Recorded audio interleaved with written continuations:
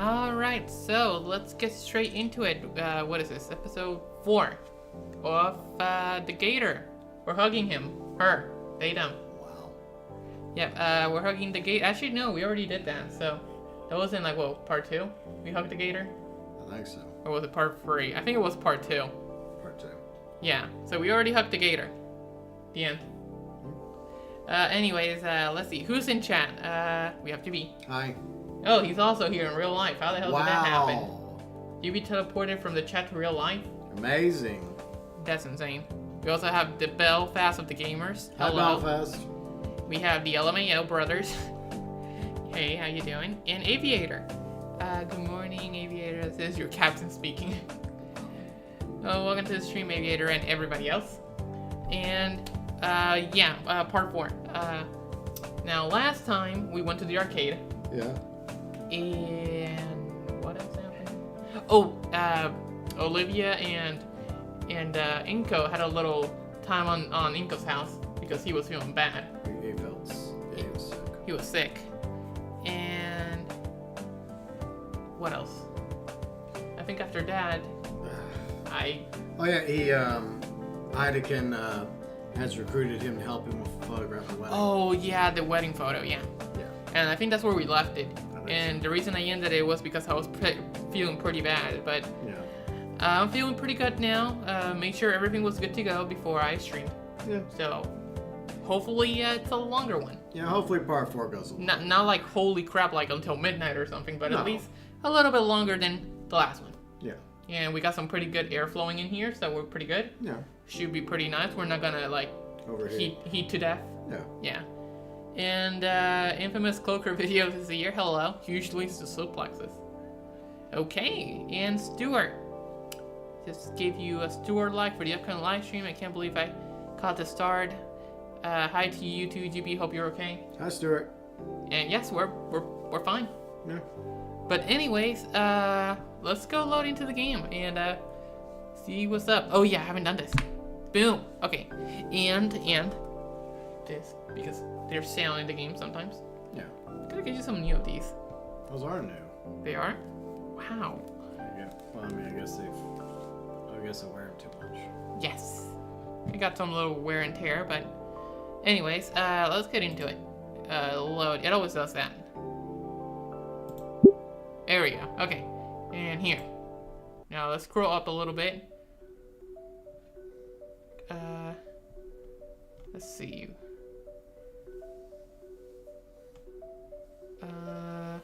Yeah, they were talking about let me see. I just don't remember any of this. I kind of remember. Oh yeah, they were talking about the phone and everything, and yeah, I remember now. Okay. Yeah. Okay. I was just trying to look back a little bit just to see if I can like get it all back to me. Yeah. But I remember. Okay, so Wow. and there goes the bell. I blink a couple of times and stretch my arms and legs as I get up from my desk. Mrs. Procklin really knows how to make 40 minutes feel like 80. Damn. You know, it's funny that we haven't seen history class. We've seen it like twice, and then Mrs. Brocklin's class always goes by just like... Well, because I don't think it's very important to the story. Yeah, she's just there. It's just acknowledging that they are taking several classes at this school. Yeah, and apparently she's very, very boring at her job. Yeah, I mean, we already knew that. Well, at least it's time to practice painting. For real. Wait, no. Anakin wrote me into the photo shoot. Hey Alex, welcome to the stream. Can't practice painting. Can't get good at anything. Why is it every time I actually try to improve, something like this happens? At this rate, I'll never get good enough to get a real following. I haven't gotten to actually have a whole afternoon to practice at all. Still, there's no way in hell I'm missing this. I ended up meeting with Ben and Anakin right as he was locking his classroom. While our teacher made the assignment apprenticeship. While he had made it all sound simple, I was still subjected to some paperwork. Something about liability waiver or whatever, or something. Oh. You know, in case something happens to us, like a surprise attack by 5 teenagers in multicolored spandex. I wonder if that happens often. We still filled the form out as the instructor gave an overview of what exactly Ben and I would be doing. The Inco drinking the purple hallucinations from last time has quite a few new game references hidden in it. I did catch one of or two of them. Purple stink. Okay. I did catch one of them though. But yeah. Ooh, fancy. Yeah. There's a few structures out here. Save the one at the edge of the cliff. Save for one at the edge of the cliff, yeah. Ben's the first one out of the cramped car with an armful of telescoping black stands. I followed his example, unloading the vehicle. Alright, you two. Remember what you're doing tonight? Yes, sir.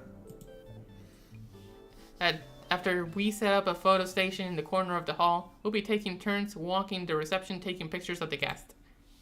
Perfect. I'll be with the wedding party the entire time. So if you need me, just look for the gaggle of similar dressed women screeching and you'll find me. He grins as he helps carry the last of the lightest equipment from the trunk. Remember, this is actual work, so be polite, efficient, and most importantly... Ben and I sit upright at attention, ready for any order our teacher will give us. Have fun! But trust me, the clients will appreciate it more. Finally finished with the unloading, I inhale the mixed aroma of ocean and flowers. While I find the scent energizing, Ben seems to have the exact opposite reaction. His brows pinch together in disgust as he tries in futility. Oh, fertility.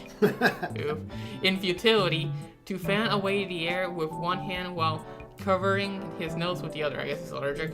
Or. I think I'm gonna be sick one next with this weather. At least the view's great. That it is, yeah. Mr. Atkin leads us through a small garden out front into the reception hall. It's a spacious wedding tent adorned with all sorts of flora and high-end lighting, keeping the place warm and lit.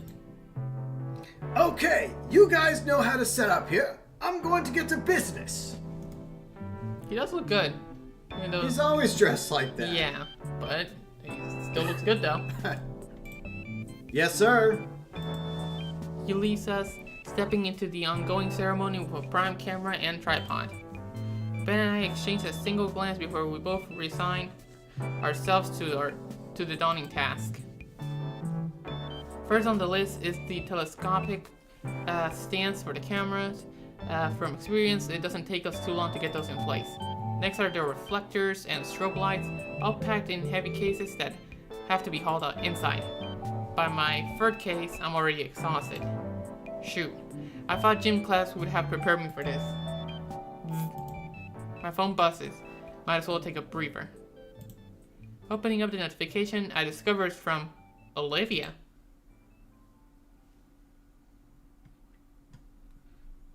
Hey Shades. Hi Olivia, you got service back? Look at that picture. Yeah. Oh, I lied about that.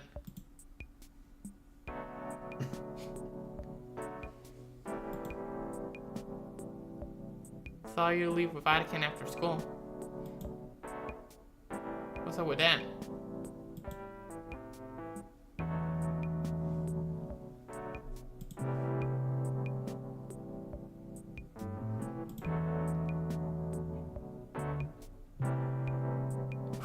Wow.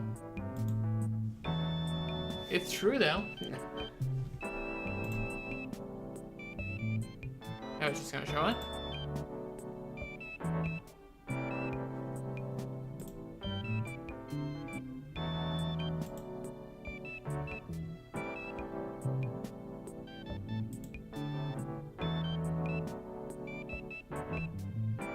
Okay, you know, we'll take a shot.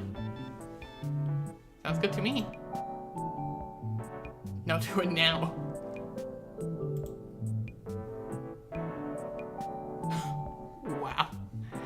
Okay, I guess we're forced to do it. Yeah. The rat's gonna kill us. Okay. Hola, Sonia. Espero que todo esté bien. Anyways. Alright. Cute and frightening message received.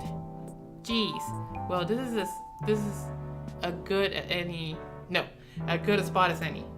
The sun's starting to set, so it does make for some pretty nice atmosphere. Sunsets are always fun to take photo of. Maybe Olivia wants to paint another landscape? Maybe in the distance I see a few sailboats and yachts. Further beyond a freighter or two, the seas sure are crowded these days. I take the picture and send it over to Olivia. Can we see? Ooh! That doesn't look like a sea and yachts. No, this looks like road. But she does like it. Okay. I'm kind of disappointed. I was expecting something else in the photo. I can picture. Hey Jorge. Wait. Is that an Olivia profile picture? I think I see an Olivia profile picture in Jorge. Is it? I think that's Olivia. Yeah, I think it is. It's like another artwork. I think we haven't got to that point yet. Yeah. But. Okay, so yeah, we're good. Yeah, we haven't come across that scene yet. What were you expecting, GB? What? With the picture? No, I mean he was talking about the ocean and boats and stuff and sunset, and that's what I was expecting from the photo. Oh. Not a road of trees. See, it just doesn't work. But okay. I can picture thinking me like that in reality. The thought alone of doing something in so sweet a manner. Inko, this thing weighs like 80 pounds. I'm not doing all the work. Oh, right. I let my camera hang loose around my neck while assisting Ben with setting up the last of the standing reflectors. Setting up meant not only the cameras, but a large chunk of the incomplete decor prep, which meant carrying loads of heavy cases loaded with strobes, reflectors, clothes sheets, and so many telescoping poles in. Following his instruction, Ben had set up a small red carpet path leading to a glamour shot station. And meanwhile, I was finishing making sure the marked out spots within the room had the right combination of flats, strobes, and or reflector. The picture Inko takes is literally referred to as shitholes in the files. Oh, really? Wow. But doesn't make sense. This is supposed to be beautiful with like scenic views, but whatever, game. Maybe they're subverting our expectations on that one. Expectations subverted. Yeah. By the time our teacher had come back, I just placed the final light in position. As guests are walking down Ben's handmade path, I skirt along the edge with my borrowed high-end camera. The DSLR's clicks are muted compared to the chattering guests, and while I think I managed to catch some decent shots, I'm just not really feeling it today. Something wrong with me? And voila! Ben was having a much easier time working at the makeshift studio we built in the corner. Couples would simply walk up to and stand before the backdrop of the massive window to the cliffside and ocean. And Ben had the brilliant idea to not only set up Anakin's lone camera, but also his own, so he captured the couples from 2 angles at once. He looked happy with each and every shot he took, and the peoples always chatted him up right after. And here I am doing my best not to scowl as I look over the blurry shot I had messed up. Blurry because my hands are shaking. I guess I'm nervous. I hadn't noticed till now that my main messaging app had been going off. So is it going well? Hardly. I think Ben's turning it into a competition. Are you winning? No, not really. Beat him for me? That wasn't a real message. I tried to ignore my phone for now. I don't think anything will calm my nerves at this point. That feeling of anxiety only grows as time marches on. I can't seem to get one picture just right, and Ben zooming around as efficiently as he is isn't helping. Well, that's not all. Olivia's messages are just throwing me off. Just break his flashing stick thingy. Well, then take pics. He will be. Then his pics will be super dark. How out of date is Olivia to think we still use flashbangs? Or lock him in a bathroom or something. I don't think that's sportsman's like or legal. Oh, I just remember I need another pic. Oh, shoot.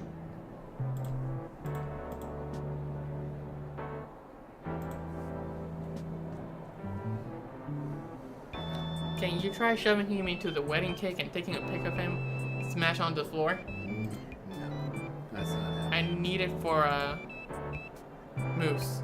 A muse? Oh, muse. Yeah, that's not happening. That. Do that for me? Do it for me? Come on, that's just violent. It's barely within my peripheral vision. I spot a perfect shot of an older couple, the parents of the groom, I believe. There, that's a good chance. Bring the borrowed camera up, look throughout the viewfinder, and see that the parents have already moved away into another group. Yeah, it's not going so well. No. The camera slips from my grip, but luckily the neck strap holds it safely against my chest. Okay, I need a break. I found an appropriate place to sneak outside and go around the building, slumping down against the brick siding. Hey Dark MatterWolf, welcome to the stream. Hi Dark MatterWolf. It's really twilight now. The ocean's reflection of the sun is getting very close to meeting the real thing. Hey Bounty, welcome to the stream. Hi Bounty. My phone buzzes once more, and something in me jumps. It's not fear, though. Just wish I knew what it was. Olivia sends a video of Gus running around a maze she put together using cardboard and school supplies. When he comes out of the other end, she gives him a grape to bite into her palm. Wow. I was never really fond of rodents, but seeing Olivia's videos and little doodles is starting to sway me. There's something about seeing Olivia having such a strong bond with Gus and caring for him that warms my heart. It's hard to believe that this is the same girl that used to give me nothing but icy stares when I first met her. I'm glad she feels comfortable enough with me to let her defenses down and be herself. As I continue snapping photos, my trek around the hall to find good photo ops leads me to the stage where the DJ once was. Shame that I didn't get any good shots of him while he was here. Maybe Ben got some decent pictures. Looking through the camera lens, I see that there's a gentleman sitting on the steps that lead up to the stage, finishing off a cigarette. There's something over on the steps, taking a deep drag of a cigarette and blowing the smoke up towards the window. A truly iconic display of suavity? Yeah, suavity, yeah. Before I know it, I've taken several shots. He seems like he wants to be left alone, but he doesn't mind, right? Hey kid. Ooh, it's a dude. Ooh, it's him. At least you got my good side. At least get my good side, will ya? Ooh. Oh. I step closer, readjusting my camera settings and scrambling for an explanation. Sorry about that. I wasn't sure if you wanted the attention. It's alright. People say I got a kind of resting bitch face. Though I can't lie, I'm pretty exhausted, kid. Oh, that's the groom. Especially after I had to carry new missus down the aisle all the way to the car. Ah, so this is the groom. Oh, okay. So, you want to take a photo or what? Oh, right. Sorry. So I got confused for a moment because I thought that was someone else talking. Yeah, no, it's the same person. Okay, so he's groom. Okay. Yeah, he is the groom. Okay, we know him. No, I think he happens to be similar to I don't think he's the taxi driver. I just think he's a similar design. Maybe they're related, who knows? I'm hoping it's the taxi driver. He talks like it. Well, we'll see. As I raise my camera, the groom takes a finger-esque pose, taking a drag from his cigarette. After a few clicks and a couple of slight adjustments to my position, I believe I got some pretty good shots in there. Here we are. The groom blows out a plume of smoke from his mouth before leaning over to see the captures. It smells like a Vegas hotel. I give the groom time to look at each photo thoroughly before moving to the next one. These are pretty good, kid. Managed to make this mug of mine look halfway decent. He lets out a scratchy knuckle as he takes another puff of his cigarette before snuffing what was little of it onto the floor. Wow. Thanks. Hey, Lost Dragoon. He does look surprisingly like the taxi driver. He does. He does look similar, Yeah. Say, if you don't mind me asking, what are you doing all the way over here? It's your big day, isn't it? As the groom lets out another plume, he's already begun to pick up another cigarette. Wow. I wonder how this is gonna go when he says you may now kiss the bride. Yeah, he may need some gum. Yeah. Lighting the music casually, he begins to inhale it. And keep inhaling it. He holds up a finger as he continues inhaling until the cigarette is finished, and he finally exhaling a stream of lung cancer slowly over the course of 30 seconds. Sir? Of course it is. Just have a little rest is all. I mean, this has been the happiest day of my life. It's been tiring as hell. The missus is certainly having fun, and yet in a few hours, when we're in our new, no longer bachelor pad, I'll be listening to her as she moans about how sore she is. The groom lets out another plume of smoke, but this time through his nostrils. But hey, if that's the price I gotta pay, holy matrimony and all that jazz. Definitely feels like the groom is laying it on a big fig to who is essentially a stranger to him, and yet I can understand what he means. You know, you've been going around the whole reception snapping photos. Why don't you take a break too? He motions his hand to the nearby stay as an available seat. I settle myself on the stage as the groom then fiddles with a small packet. Looking closer, is a still sealed pack of cigarettes. Jeez. Trent told me about you, you know. Who? Your camera teacher, or whatever he's called at your school. Trent Attican. Yeah. Okay. Riley has the best co-star, GB. You're the best co-star. Wow, thanks.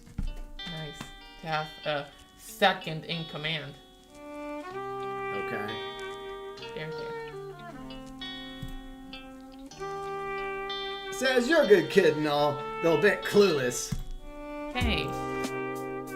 The groom lets out another guffaw as he cracks open the pack of cigs and plucks out a fresh cancer stick. Jeez. His words, not mine. How do you know him? We've known each other for ages. He actually helped me meet the missus. Funny how that works out. Oh. And the same thing with... Yeah. Kinda. Well, Mr. Attican was your wingman? Heh, he always hated how I told him that. I'd give him a lift to some field trip he had to chaperone. Don't know why, he could have taken the school bus. But as soon as I get there, I meet the rest of his co-workers, including my would-be wife. Terrell Prick tricked me into also chaperoning too, saying I could use the time to get to know her better. Jeez. Maybe I should be asking him. Well, no, I can't. Can't what? Nothing important. Have a teacher tell you how to court a lady friend, right? Hey, no. Another one of his students, your classmate, yeah? It's not like that. Ah, come on. I know you want to talk about girls. That's always fun. Humor me a bit. She's just a good friend. The words taste bitter on my tongue for some reason. Oh, that explains the voices. I was momentarily thinking they were doing both. Well, Now she's doing most of the female voices in Inko in the narrating, and I do the male voices. oh, or maybe, just maybe, There's no need to confuse people any further. maybe GB is all of us. GB, I need. Just go back to your narrating part. No, actually, I love this theory of the theory that GB is Riley. No, that has been debunked a long time ago. No, it hasn't. Get back to what you were doing. I love that.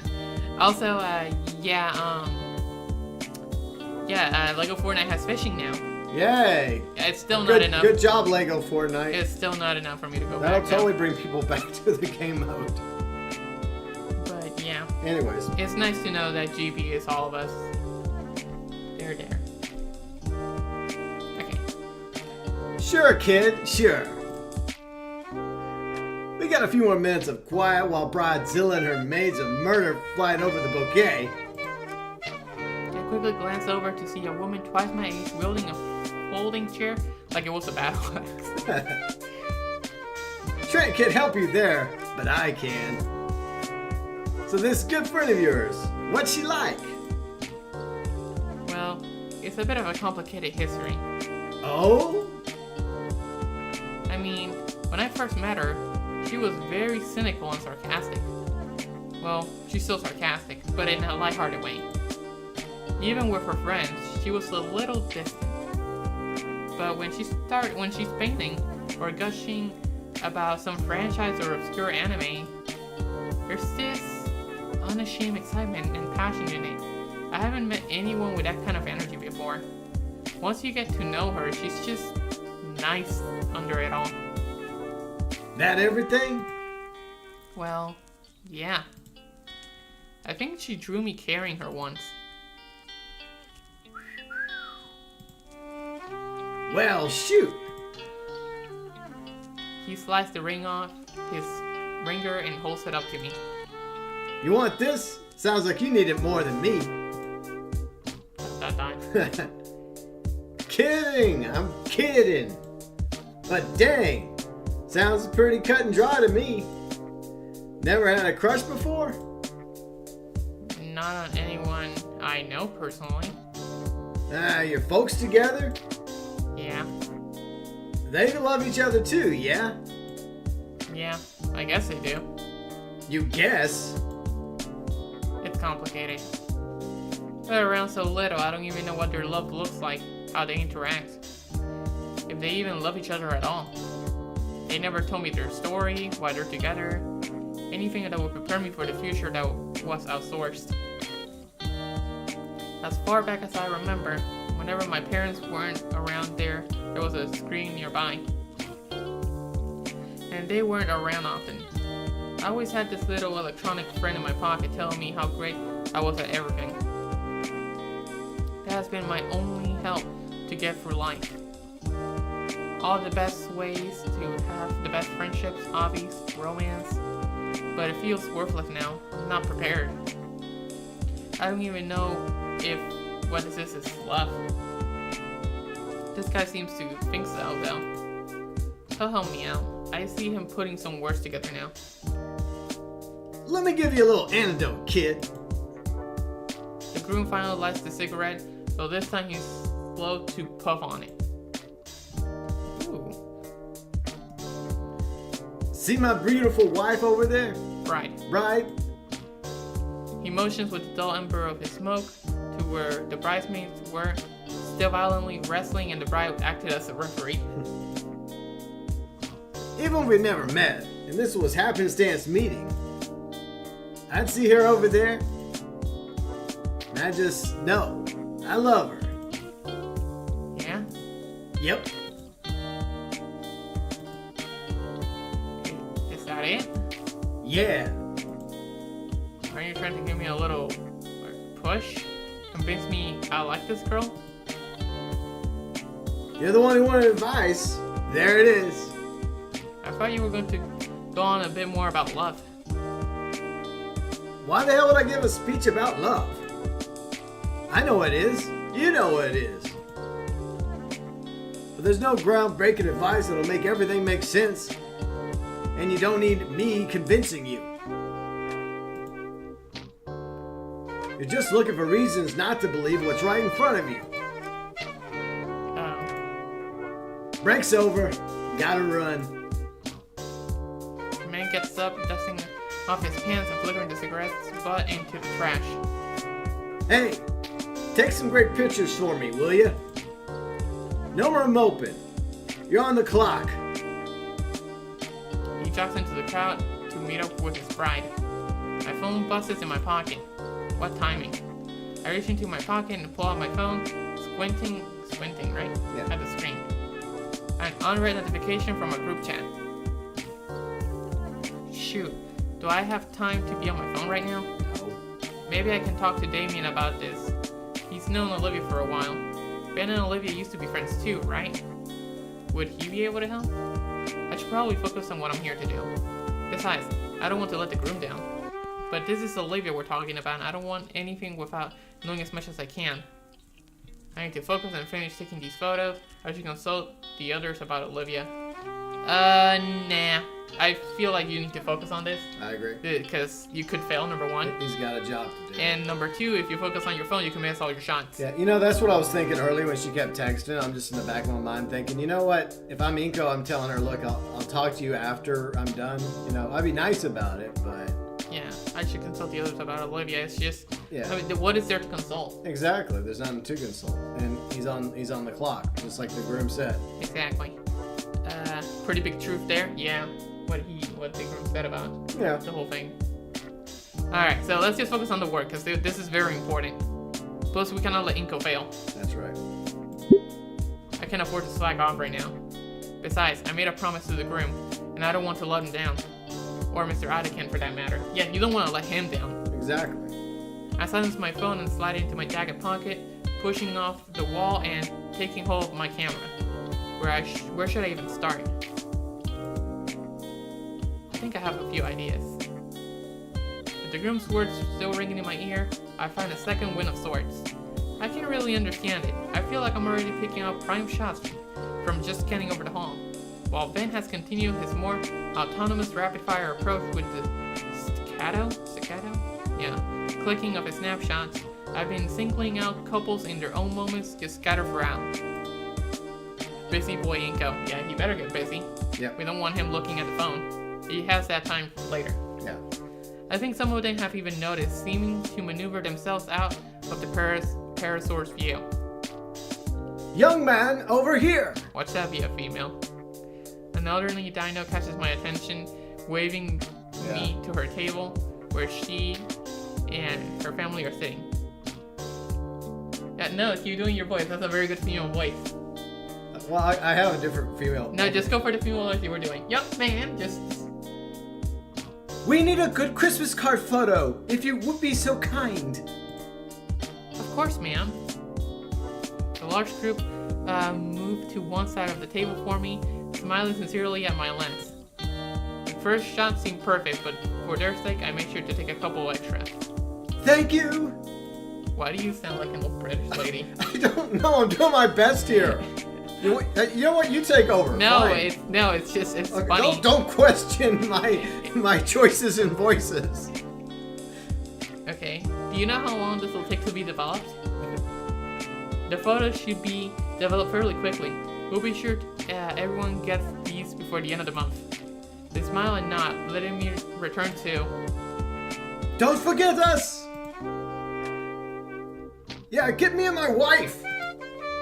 Then my next client's pulling me aside to take shots of them in a secluded corner. And after that, some of the bridesmaids have grabbed me to take shots for them. It isn't long before even some of the servers are wanting pictures of themselves posing in front of the decorations. I like the old rich lady voice. You do good voices, it's just how it is. If we see more randoms, you just have to go over random shit. The problem is whenever it's a question mark, I don't know what it is. Okay? It could be a male or a female. I'm flying in blind. I don't know if it's male or female, so usually I just let you do the question marks. I know, but when it's a question mark and then it's a female and then you're the one doing the voice, it just kind of works. Because then you can just get creative and just do a voice. Like you did with Fang. Like, oh my god, and non. Like that, you know. Okay. Yeah, so it's funny. Plus, you make better impressions than me. I suck. Somehow, I'm able to squeeze my way out of the mayhem and make my way towards the back of the venue in order to get some much needed fresh air. Shortly after, I noticed Ben doing the same thing, though he manages to do so. To do so far more gracefully by talking his way out of whatever requests the wedding goers have for him. Makes me wish that I was better at communicating and asserting myself in these kinds of situations. Ben takes notice of me and approaches at a very casual pace with no one else seemingly taking notice of him. Taking a breather? I just give Ben a nod of my head, causing him to smile and adjust his glasses with his index finger. Well, this wedding's almost finished, so most of the workload's behind us. That was a good... Ben checks his phone. 8 hours? Jeez! Man, yeah. My legs are starting to hurt. You're telling me you don't even have a tell. How do you think I feel? We sigh together. It's the first bit of silence we've had in a while. Funny thing is that Inko is probably the richest person in the room. I don't know if he's the richest, but he's okay financially thanks to his parents. Yeah. Across the room, the bride slumps into a chair, trying to kick her heels off. The groom sees me and shrugs a bit, smirking. So, how are you feeling about the pictures you've taken? I think I'm pretty confident in mine. Once you have the right equipment, it's just a matter of socializing right and getting the right shots for these sort of events. I'm satisfied. You? Honestly, I'm not sure. I've been taking all these pictures, right? But it's like something's missing. Missing? You make it sound like some grand art thing. I know. Back across the room, the bride motions to her new husband. It looks like it's the time of the night for him to carry her out in his arms, like in all the movies. He was probably not expecting those slick moves to position her on his back like a child. He laughs to himself while she pouts loudly and holds onto his hair to keep balance. Wow. There we go. She's happy. Yeah, they both look happy. It looks juvenile, honestly, as the bride taps at the exhausted groom's head with balled up fist, but he's laughing. A laugh so infectious that her pout is replaced with delighted giggles of her own when he finally catches her hand in his and just holds it. Once again, they're talking, and the bride is melting into putty at his quiet words. For how menial, yeah. It is, and how crude that guy was earlier. That understanding and genuine playfulness between them. Without a thought, I'm already looking through the viewfinder and making the focusing adjustments for the perfect shot. That's a good shot. Yeah. The shot is cheesy, but sincere. They both look beyond exhausted. Their clothes showing the wear and tear of the night, and their body language screaming their need towards sleep. Also, their smiles they have as they try and look at each other in their awkward positions speak metric volumes of just how happy they are after it all. Why did you do that? Huh? Do what? You took a picture just now. Did I? When did my finger get placed over the shutter button? I guess I did. I checked a new entry in the camera roll. Careful. That's an easy way to waste a lot of memory. Should probably just delete it. Delete it, huh? I think it'll be fine. I actually got a pretty good feeling about it. It seemed pretty natural, you know? Ben rolls his eyes. If you say so. Before the parser turns to go back to his assembly line photo, taking I grab his shoulder. By the way, Ben. Huh? Mia stopped by our lunch table earlier today to complain to Olivia. Oh boy. Said you were trying to call her, but was upset she wasn't picking up. I didn't want to pry into your personal business, but aren't you two on bad terms? Huh? What are you talking about? What? I haven't spoken to Olivia in ages. I thought you were above gossip, Inko. Sorry, Alright, you boys, ready to pack up? Pretty long night, huh? Our teacher looks haggard as he steps up to us. His wings are dragging on the floor, and he's propping himself up with one of the light stands we brought. Despite his exhaustion, he's grinning wildly.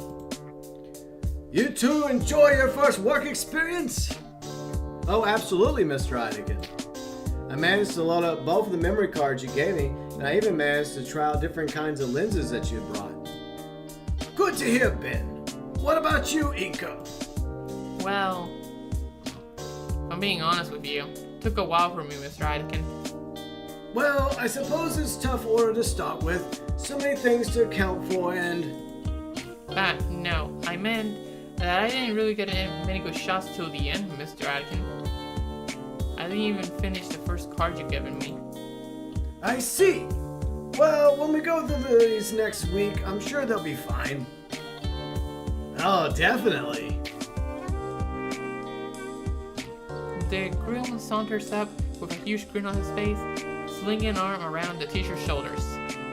I can't wait to see these. Ideken straightens up and shrugs the arm off, turning to the newly married man. You'll see them when you see them. My team still needs to go through all the pictures and weed out the chaff. Come on, T. Can't you give your buddy a preview or something? Ideken sighs a bit. Hey, it's your special day. Ben, could you go fetch the laptop and card reader? Yes, sir. Inko, while he's doing that, you can start packing up everything into the trunk. Sure thing, Mr. Ideken. Before I turn away to start, the tired Tigro takes... The P silent. Yeah, Taro. Yeah. The Pictero. Yeah. Takes the camera from me. We can sit at that table over there.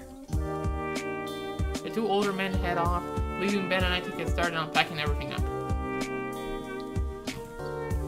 While Ben and I are busy dismantling the multitude of standing flashes and lamps, the bride, groom, and Mr. Ideken sit at a cleaned up table with a laptop before them.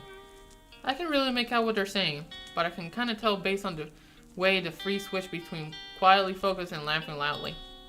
By the time the back of the car is loaded up, the last of the wedding party has departed. Nothing left to do, Ben and I linger a bit behind the group.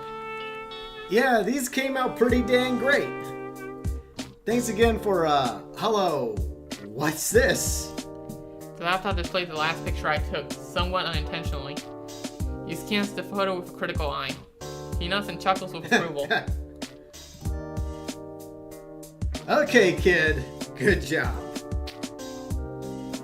Be sure to print this one out for me, Trent. I'm gonna put it on my wall. Lit. Yeah, wallet. Oh, yeah, my wallet. On my wall. It. Sure. See, I knew it was a good idea to take it. Despite how lackluster his compliment is, I can help but feel proud of my work. It's been a while since I've felt like this.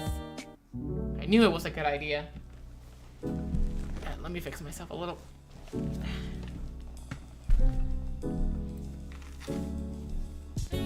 Alright. Either way, it's not long before we climb into the car and begin our journey back to the school. I settle into the rhythmic motions of the car and as it glides along the road, the cityscape of Bold Caldera Bluffs passes by, and I can help but admire it. The mood is quickly killed, however, as Ben calls a certain red-scaled girl, Mia. The saccharine, lovey-dovey talk makes my head hurt, and I can guess by his expression that Anakin feels the same way. He changes the subject by asking if my parents can pick me up. Looks like I'll be taking the late night metro home. Still, I had fun today. I bring out my own phone, noticing half a dozen messages from Olivia had sent while I was busy. Okay, are you winning yet? Better be. Gus bet me some sunflower seeds that Ben would win. While there were more messages, that one in particular had me thinking. I mean, it wasn't a competition to begin with, but there was also the fact that the groom hadn't complimented any of Ben's shots, so... Yeah, because Inca was taking less shots, but they were more quality, and Ben was rapid firing them. Yeah. Collect your winnings, Olivia. Oh, wow. A dancing alligator. Yeah. Good job, agent. Here's a reward for your hard work. Ooh! What's the reward? Reward? What kind of sex? Wow. No, but that's the first thing I think of. Infamous. Okay, yes. I think you can move stuff on the phone screen if you click it. Not entirely sure. Okay. Okay, you can move. Yeah, but there's no going down, so. Yeah, that's it. That's the newest message at the bottom. Yeah. Okay. But yeah, you can move it. Yes, we already saw all of these. There we go. Okay. Oh my. He's thinking the same thing. Okay. We're on the same page here. Was she really? See? She knows that I'm with Ben and Anakin. The interior of the car feels like a few degrees warmer as I await with bated breath. Inko, you okay? You're breathing pretty hard. Fine. Perfectly fine. Just, car sick. To make sure there's absolutely no way anyone except me can view my screen. As extra protection, I dimmed the brightness of it to the point that I only be able to see a thing in the darkness of the car. See? I think he's expecting too much. What? Because they're still just friends. No, they're still just friends. Oh, come on. If Anon and... This is all being set up intentionally just to subvert. Well, I want my expectations subverted then. Just watch. Okay, but hey, it's not impossible. If Anon and Lucy can do it, or Fang, you know, this can happen too. So, finally Olivia's text comes through. I hold my breath before opening my eyes to see... See? Told you. You deserve a little painting. Yeah, he's a big boy. Right. Ooh, loading image. Oh. Another dancing gator. Mr. Anakin. Oh, that's you. Mr. Anakin, I think Inko's about to vomit. Not in here! In hindsight, I should have seen that coming, seeing as I'm in love with her and all. Damn my hormones.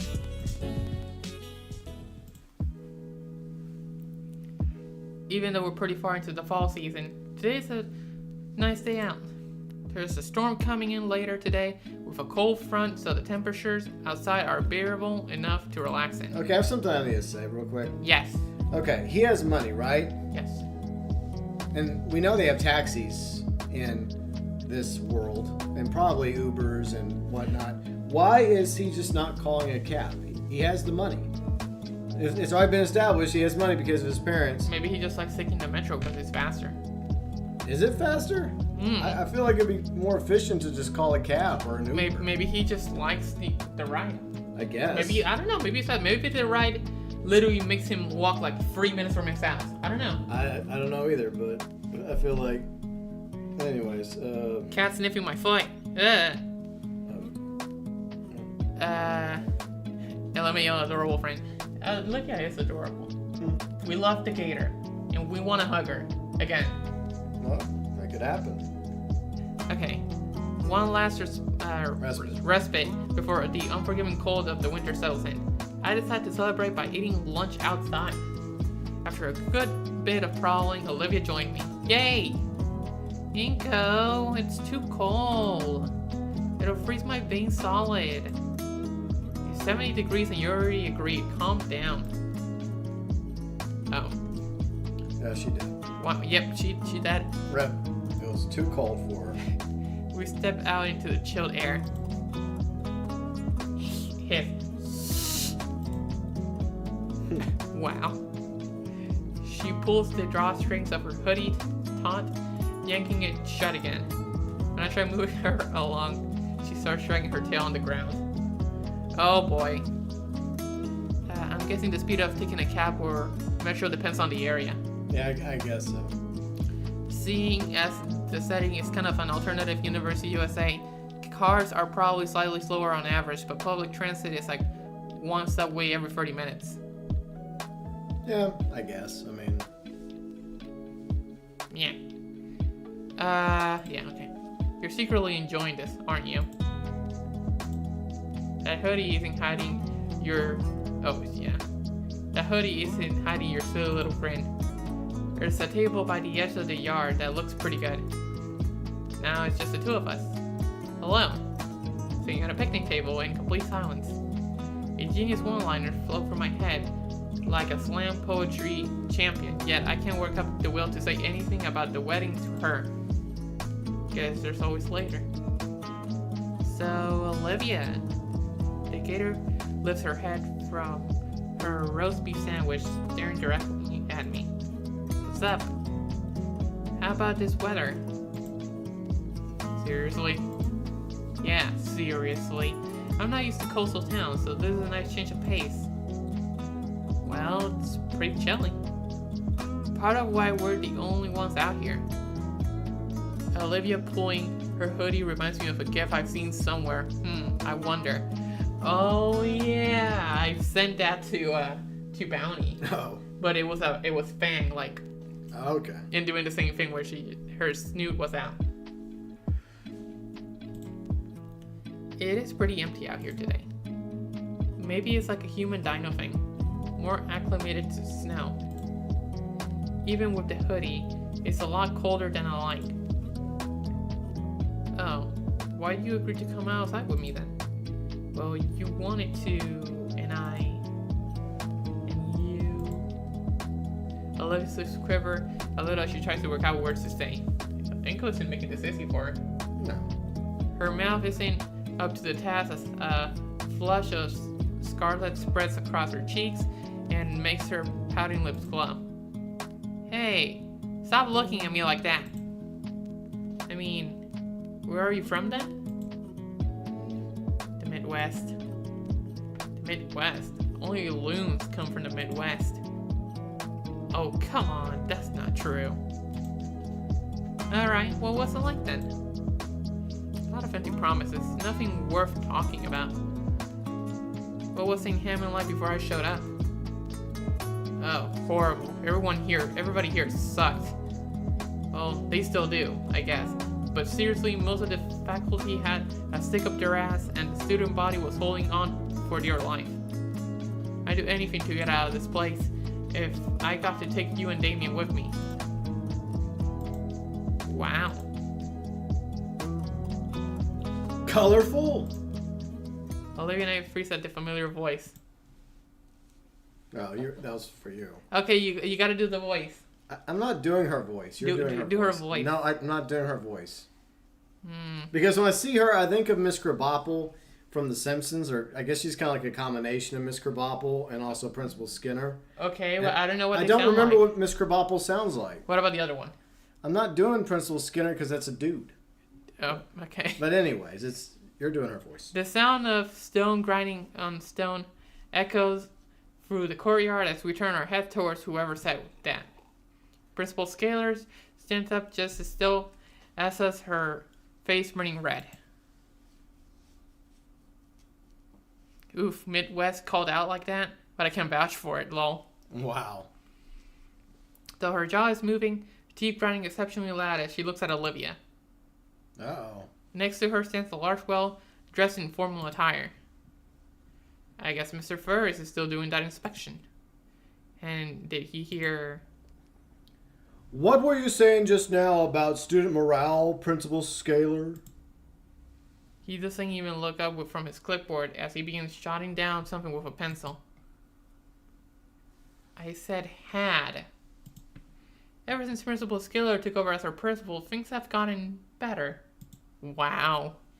Olivia's words do little to make Principal Scalar's face lessen in both color, intensity, and heat.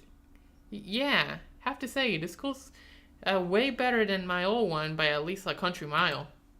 So, Mr. Inko, would you say your time in St. Hammond, since you transfer, has been both fruitful and comfortable? I mean, compared to my old school, I've met good friends, had an excellent teacher, have had excellent teachers and classes, and have had all-around good time. And also, the cafeteria food here is great. It actually tastes like food and not microwave reheated gruel. Mr. Ferris gives a nod and writes something else on his notepad before turning to face Olivia. What about you, Miss Olivia Halford, was it? Got any more comments regarding St. Hammond? Do be honest, if you please. Now, for the record, he knows her. So yeah. I guess he's trying to be all professional. Yeah. Olivia shoots me a quick glance before taking a deep breath. Well, the school needs more handicap access ramps. Also, the elevator in the main building is busted. Sometimes I get stuck for a few minutes. Also, our PE teacher steals hats from the students and hoards them in the equipment shed.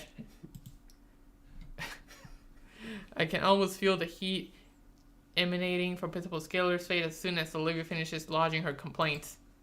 Wouldn't want to be around her after Ferris's visit is over. For his part, Mr. Ferris only nods and writes more down on his clipboard before turning back to face Scalar, who does her best to return her grimace into some kind of smile. Seems like there's some issues left over from the previous administration. Are you already taking care of correcting the issues Miss Halford has pointed out? Principal Scalar nervously clears her throat.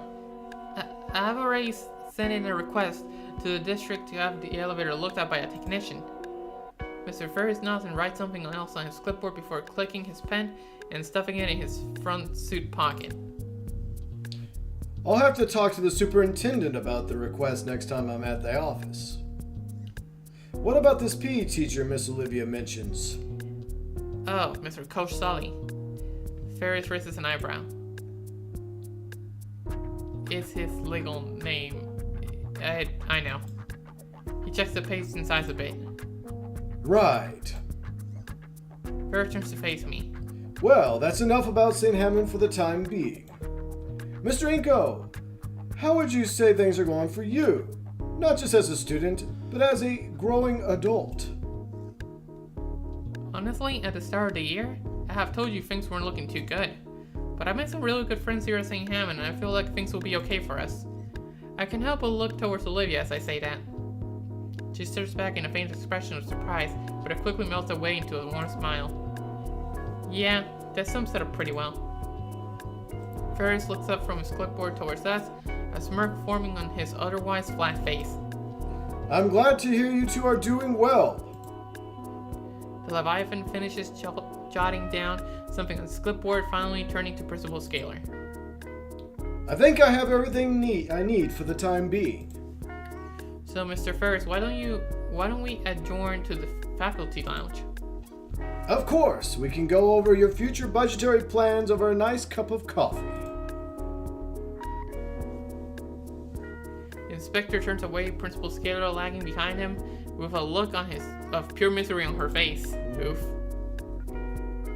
I wish he had done this freshman year. With a huff of frown, Olivia stabs at her lunch tray, treating her Caesar salad like a voodoo doll. Well, look on the bright side. She levels her silver eyes on me, but remains focused on treating her salad like its namesake. It's senior year. We're about halfway through. So we only have to put up with this place for a couple more months. She lands at the largest piece of chicken, twisting her spork roughly. And then what? I guess, I don't really have any concrete plans for after school. What do you mean? You mentioned all that stuff about making a name for yourself. I mean, yeah, when I first got here, that was the goal. But honestly, I haven't considered what I was going to do to get there. It's my turn to toy with my meal. You? I'm planning on getting an art degree. Well, really? Online, of course. Oh. Not like I have any other options. The only time I'm worth anything is when there's a brush in my hand. Only classes I'm really passing too. I nod my head in understanding, but she's talking about her future. But it sounds more like resignation than a declaration. I at least have something, but even in the path that to my goal is vague. The morose mood leaves me at a loss of words. Damn it. I was hoping to actually use this time too. I was hoping to actually use this time too. I don't know. I wanted to talk to Olivia and ask her something. Or something like that. Stupid Mr. Ferris and his foreplay politics dampening the mood. The air between us is awkward as we pick at our lunch, and even after the bell rings, we're forced to finish eating and it's still weird. Even when I ask if Olivia would like to push to history, she just remains silent in thought. Olivia has been quiet for about 5 minutes now. Even though 5 minutes isn't that long, Olivia had grown so much chattier as of late, so the silence just felt a bit off-putting to me. A part of me couldn't help but wonder if it's a cold shoulder directed at me, or just remaining nerves from that last conversation. No use just thinking about it. So, penny for your thoughts, Olivia? Oh, right. Sorry, guess I'm not here right now. What were you thinking about exactly? Olivia lets out a sigh and turns her head upwards so that her eyes meet mine. I really got to thinking about what we were talking about earlier. It seems neither of us know what exactly we'll be doing after school's over. Oh, right, yeah, that. I hadn't really given much thought to the fact that I had essentially dropped a bombshell on both of us. Now that I really stopped to think about it, the idea that neither of us really knows what to do after graduation is concerning. Most seniors at least have a small idea of what they'll want to do after graduation. At least, I think. I don't think so. I felt like I just wanted to graduate, and that night of graduation, I was like, okay, what do I do with my life now? I literally had the same thing. I had no clue, and my parents pushed me to do like some game development or something. I knew I wanted to leave that little town I grew up in and move to my grandparents in Louisiana. Right. But that was about it. Oof. Hell, Liz made a full chart and timeline for herself. I mean, I always figured I'd go to college, but I feel so basic, for a lack of a better word. There should be some kind of grander plan on what to do with the next big step in life. Pretty much same. Yeah, it's just, what to do. Yeah, I think that's how the majority of kids feel once they graduate from high school. I mean, some people have these plans like, oh, I got accepted to this college. I'm gonna work on a sports thing and go pro, even if they don't end up going pro. But I think most students, once they graduate, they're like, they need some time, like a year or something, to figure it out. Yeah, there's nothing wrong with taking some time off. You kind of earn it because you spend 13 years of your life at that point, which is the majority of your life. When you turn 18, that's 5 years of your life. You were just a baby. You barely remember that. But then you spend the other 13 in school from kindergarten to senior if you actually manage to pass, from start to finish and not have to be held back. Yeah. So, yeah, I think most kids, I don't blame them for wanting to take a year off just to relax and figure out what they want to do with their life. Or the people that get instantly shipped off the military because of family traditions. Yeah, family traditions And, you know, there's a lot of people that feel like they have no other option in life, and the military's there, and, you know, the military does provide some benefits, like, you know, discipline, figuring out structure, but there's also the risk, especially in the climate we're in right now with these wars. You never know when a third world war might break out. So there is definitely a major risk in going to the military, especially right now. But there is pros and cons when it comes to military life. So I do understand different reasons why people choose to go into the military. Some is obvious patriotism, and it's, you know, family patriotism, and maybe their father or grandfather such and such went into the military, and so they feel obligated. But there's also that sense of, you know what, I don't know what to do in my life, and, you know, my friends are going into the military, why not I go into the military? Or, you know, maybe you just happen to come across like a military recruiter, and they just, you know, sell you a nice yarn. You know, they make a good sales pitch about why you should go into the military, for better or worse. Well, good. Yeah. I know I'm not doing the military. I failed. Tried that, failed that. Yeah. I did a test and I failed horribly. Yeah. So no military for me. It was a realization that life isn't routine anymore and things are gonna be different. That's true. Pros, you might get cash for college. Cons, you might get PTSD for life. Are killed. Yeah. Yeah. There's definitely pros and cons when it comes to the military. Just like everything, but that's a really like big pro and con. Yeah. University, a career, maybe even starting some kind of family. Those are the kinds of plans that come to mind. They're all just simple platitudes at the end of the day, though. Is it even worth making plans? The more I think about it, the more likely it is something stupid just comes out of left field and wrecks everything. If you want to make God laugh, tell him your plans and all. So maybe all I can really do is live in the moment. I've always hated that sort of thinking. Just be a sitting duck for life to take pot shots at me. Just live pretending death can't show up and take me at any time. Hey, it's Olivia. In front.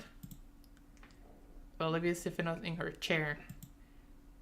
Oh, hey Mia. Oh, you know what would be great for Mia? What? Your fang voice. No. Yes. I'm doing enough voices right now. I'm not doing another one.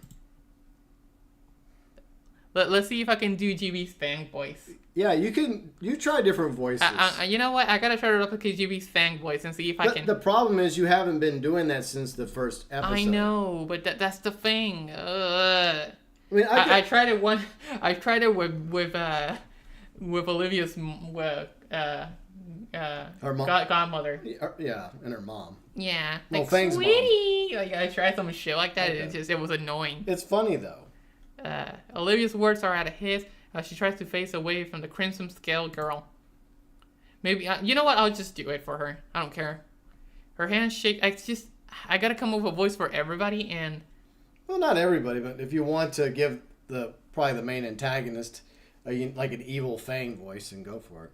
Okay. Her hands shakily stain against the wheels of her chair, slowly turning it too. I got a couple of questions to ask you, Olivia. Would you like me to humor you a bit? Oh, what am I saying? Of course you don't mind.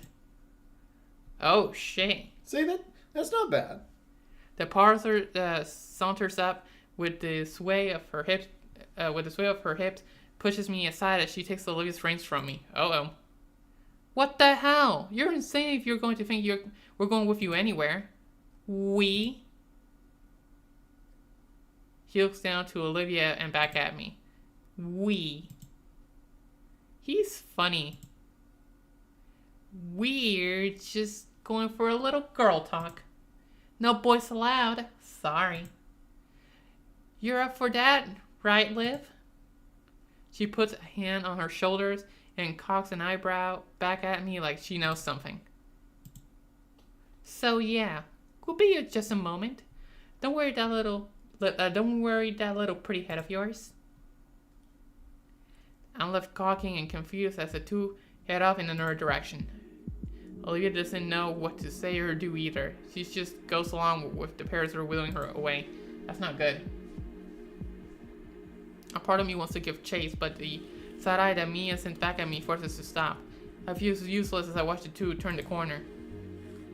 I would follow him. My thoughts of exactly what I want to do going after the pair are betrayed by my body still frozen by the icy glare from Mia. Damn it. I'll just get to class and I'll ask what this all was. I'll just get to class and ask what this was all about later. No. I guess you don't really get a choice there. No. By the time I get to Proclin's history class, I'm half expecting to find Olivia already waiting for me, some kind of remark primed and ready to be spoken to me. But instead, she isn't there. I reluctantly take my seat, tapping my foot impatiently. Even when the bell comes and goes, there's still no sign of her.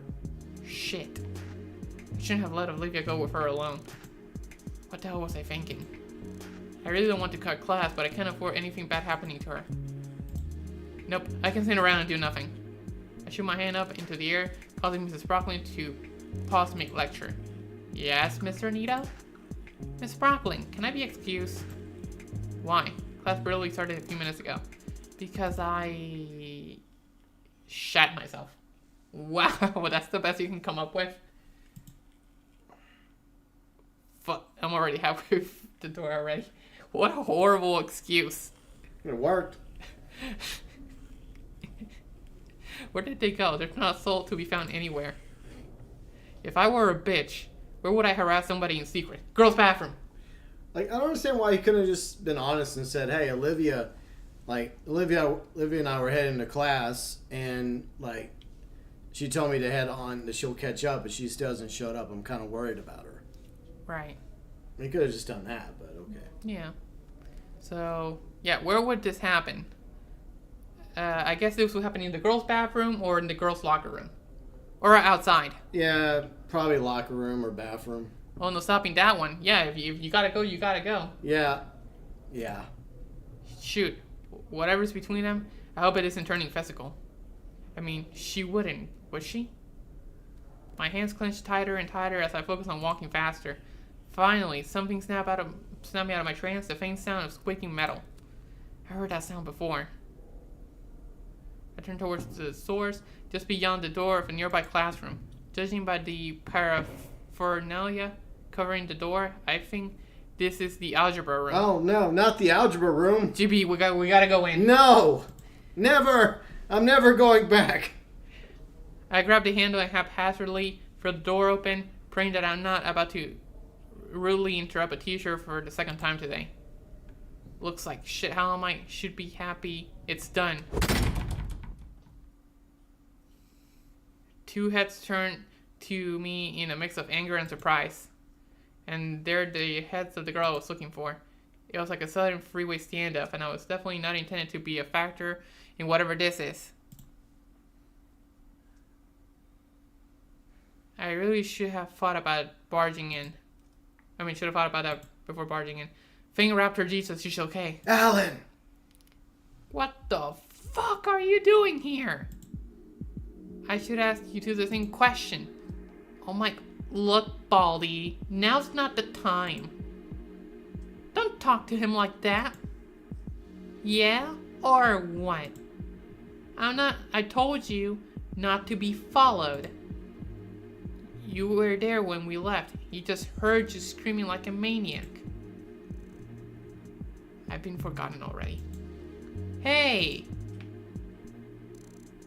Why are you two in an empty classroom yelling at each other? The two fall deafeningly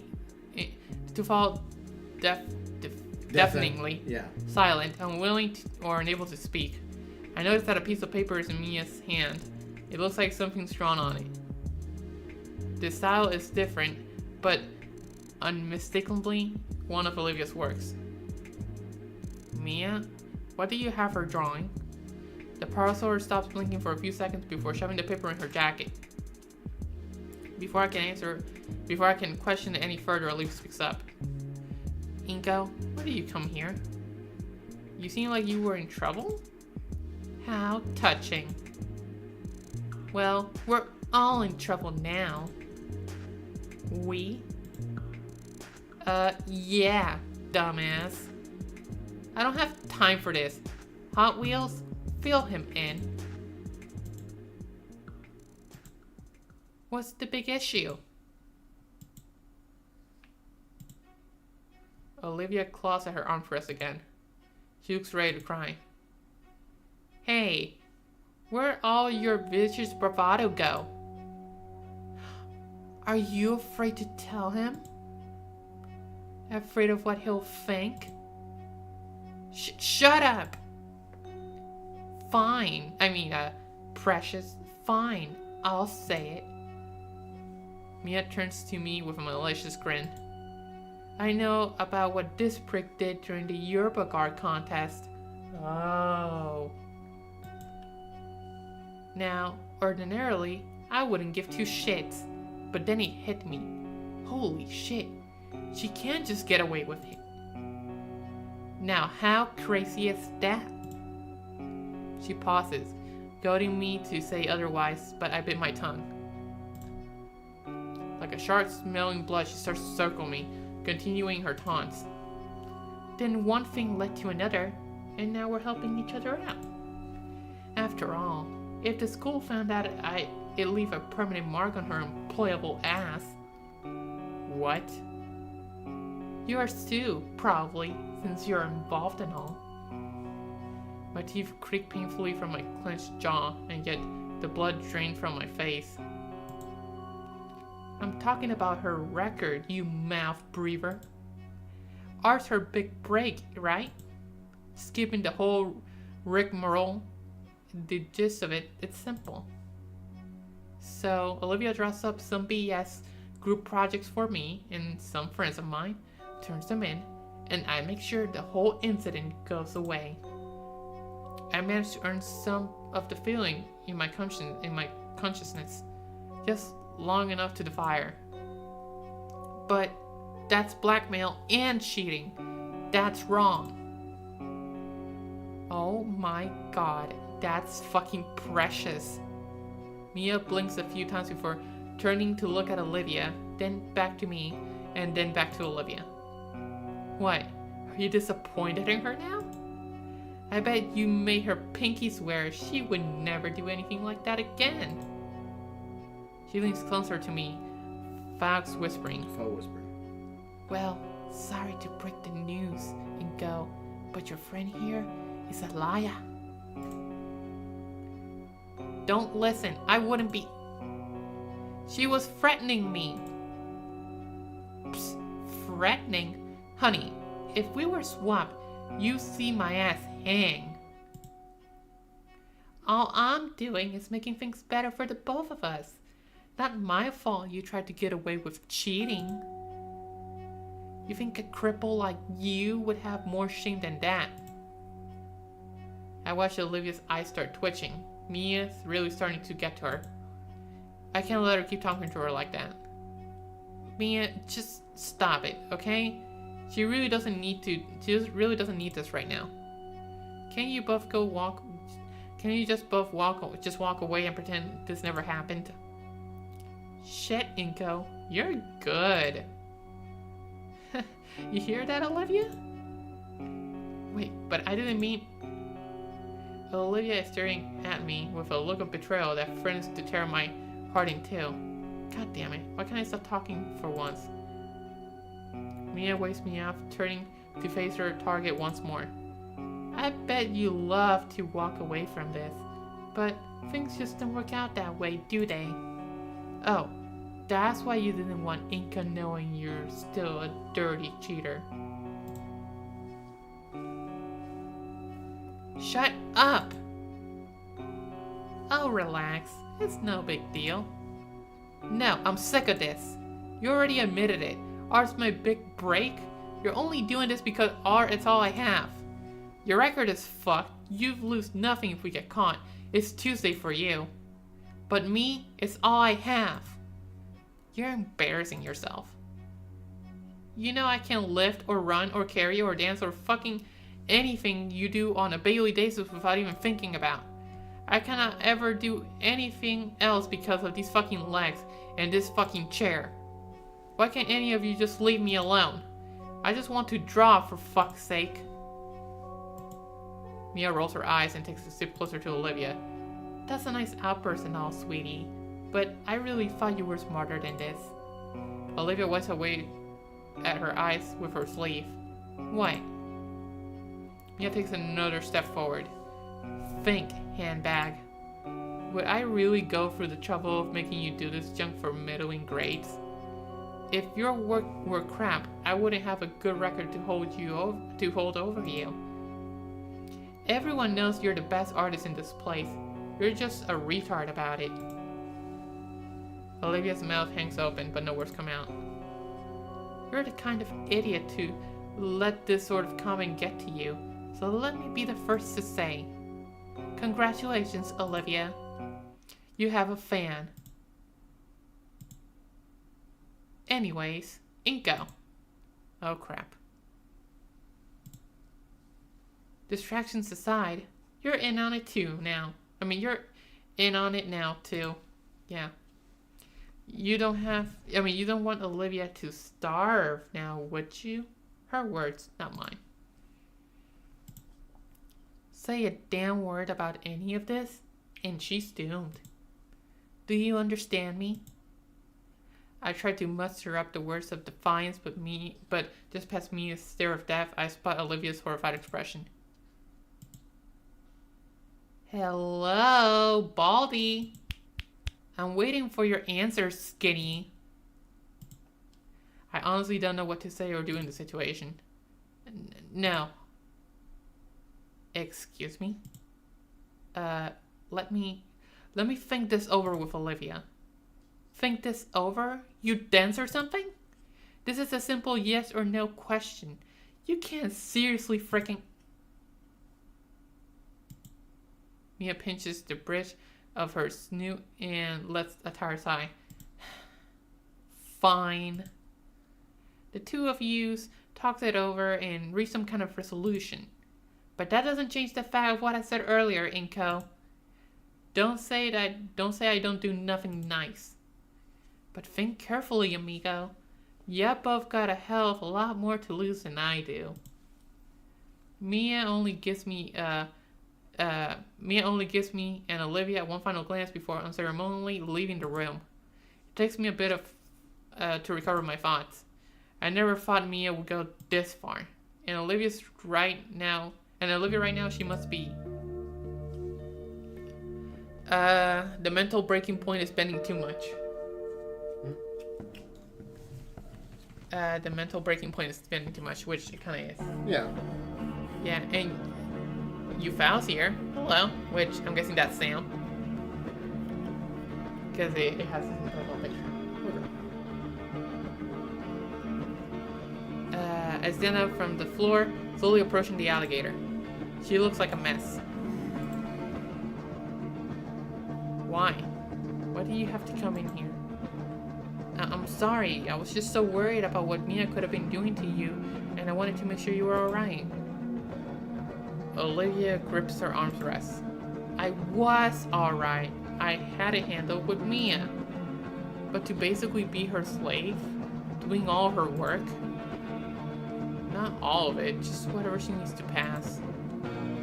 I'll take the seat next to her there. She threatened me that she'd go to Scalar and spill everything.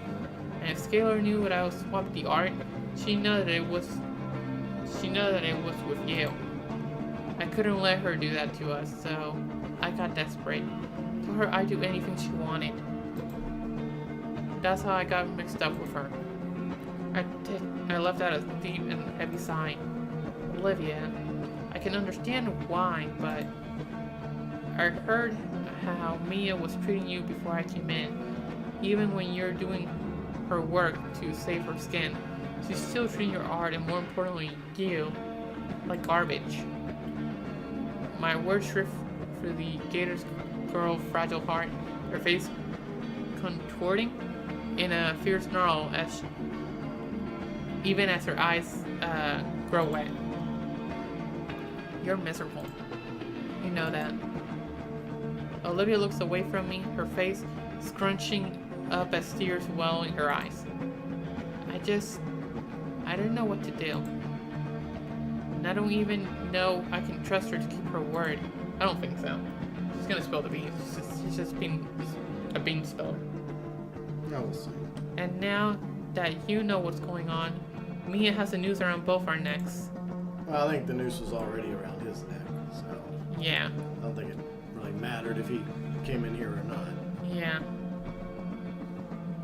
The gravity of the situation settles in. It feels like something in me is both frozen and ablaze. There's only 6 months left in the semester. It's not like she's asking for something impossible. Her eye regains some fire as she smiles.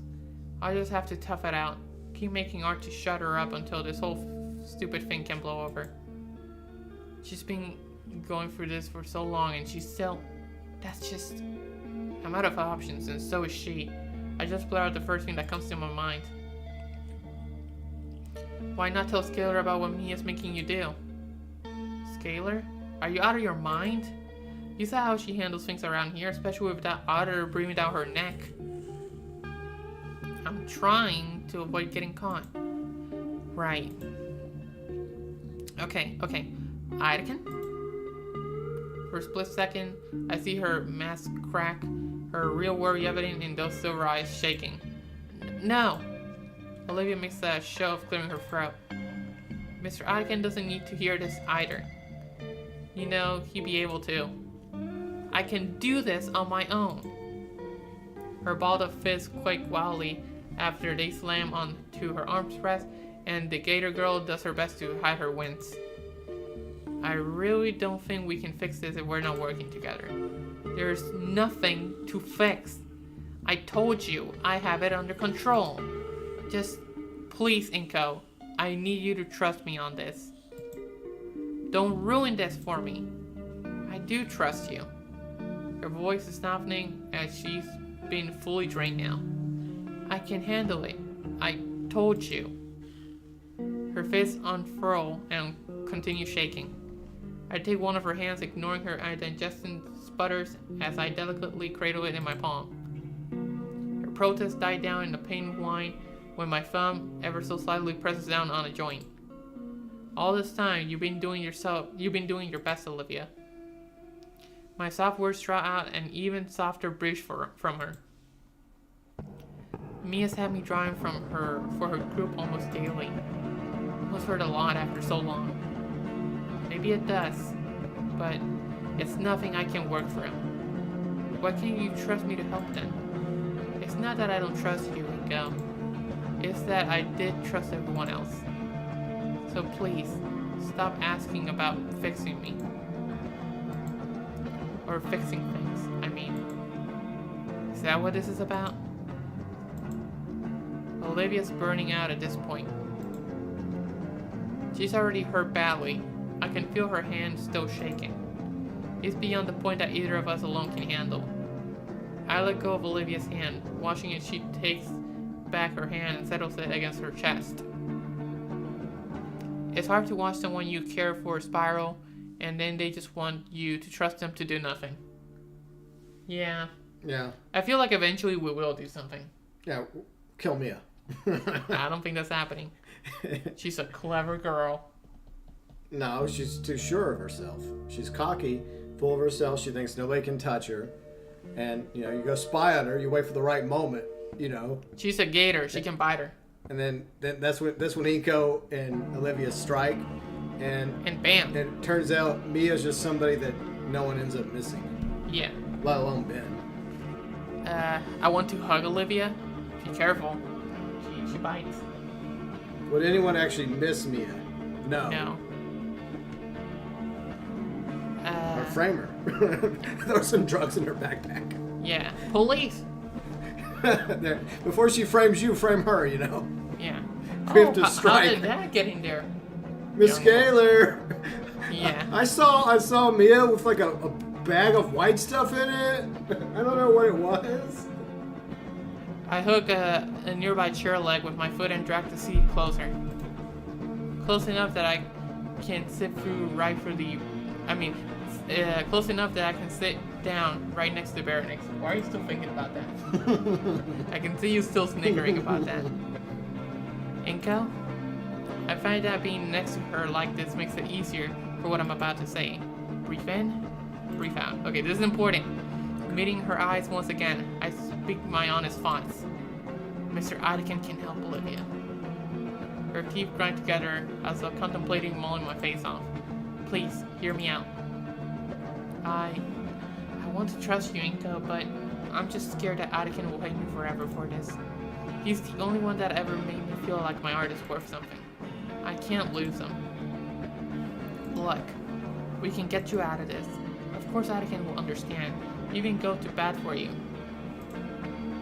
And if you're the one to speak up, it means you're the one getting back at Mia. She won't have power over you.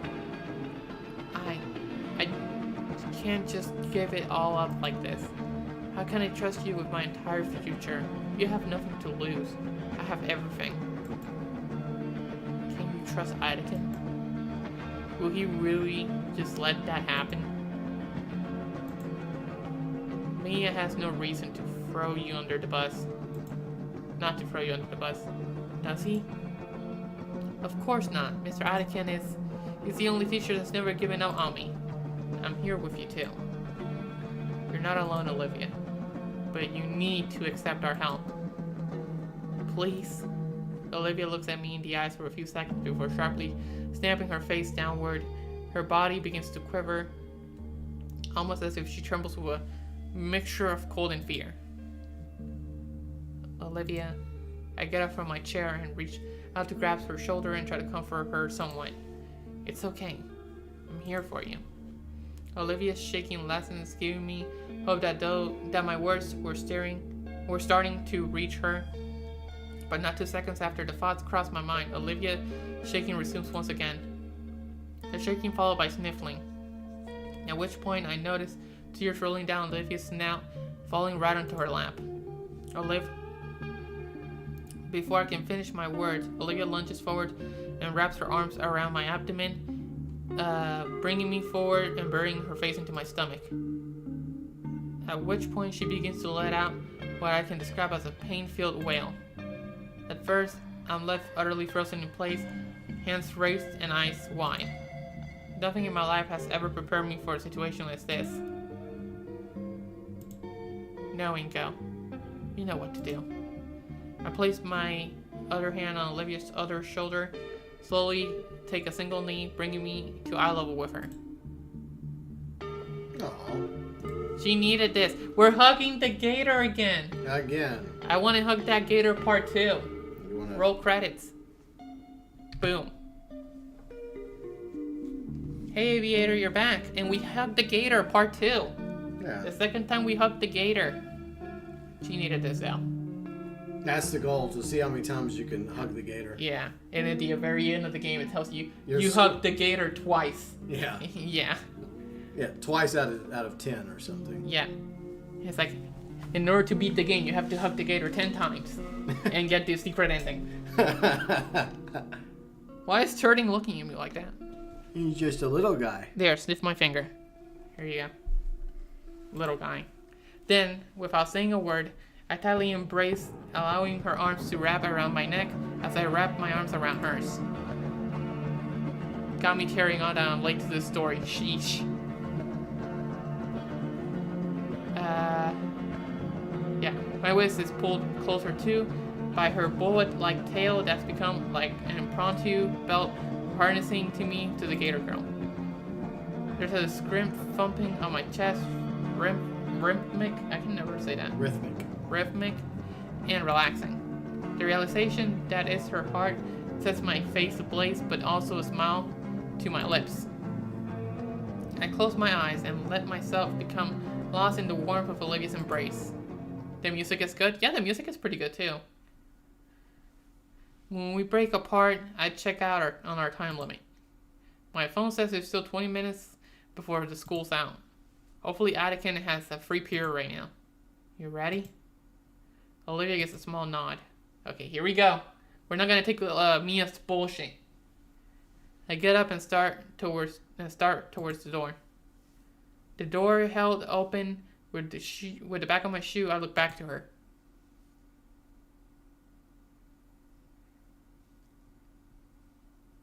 As Olivia wheels over, she grunts with each push. Oh crap, I'm an idiot. Once she reaches to me, Olivia gives me a very meaningful look. Though I don't really get its intent, her tail wraps itself around my wrist.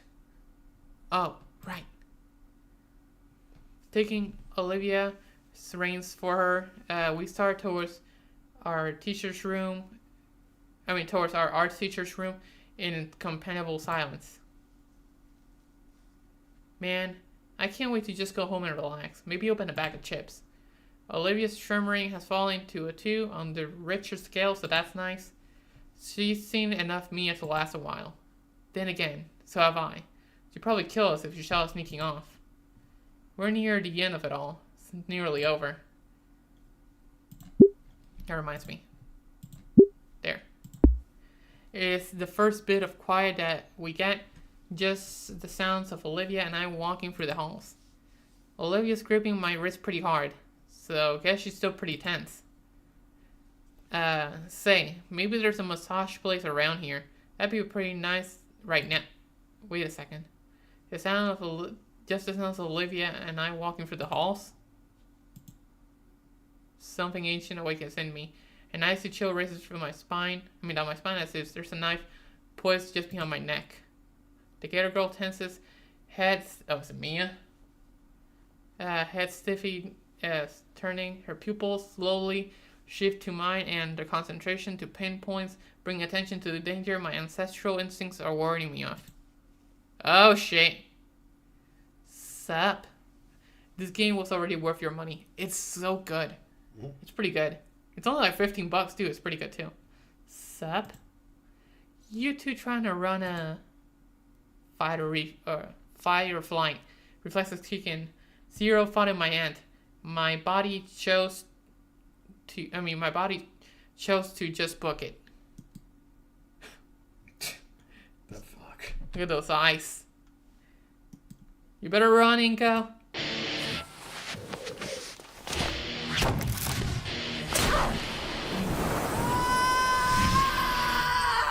Oh, she's screaming. Oh, you better run.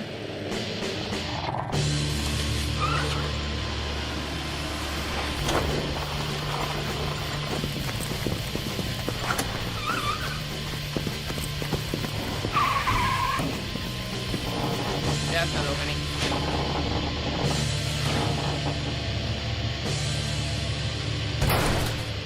Wham.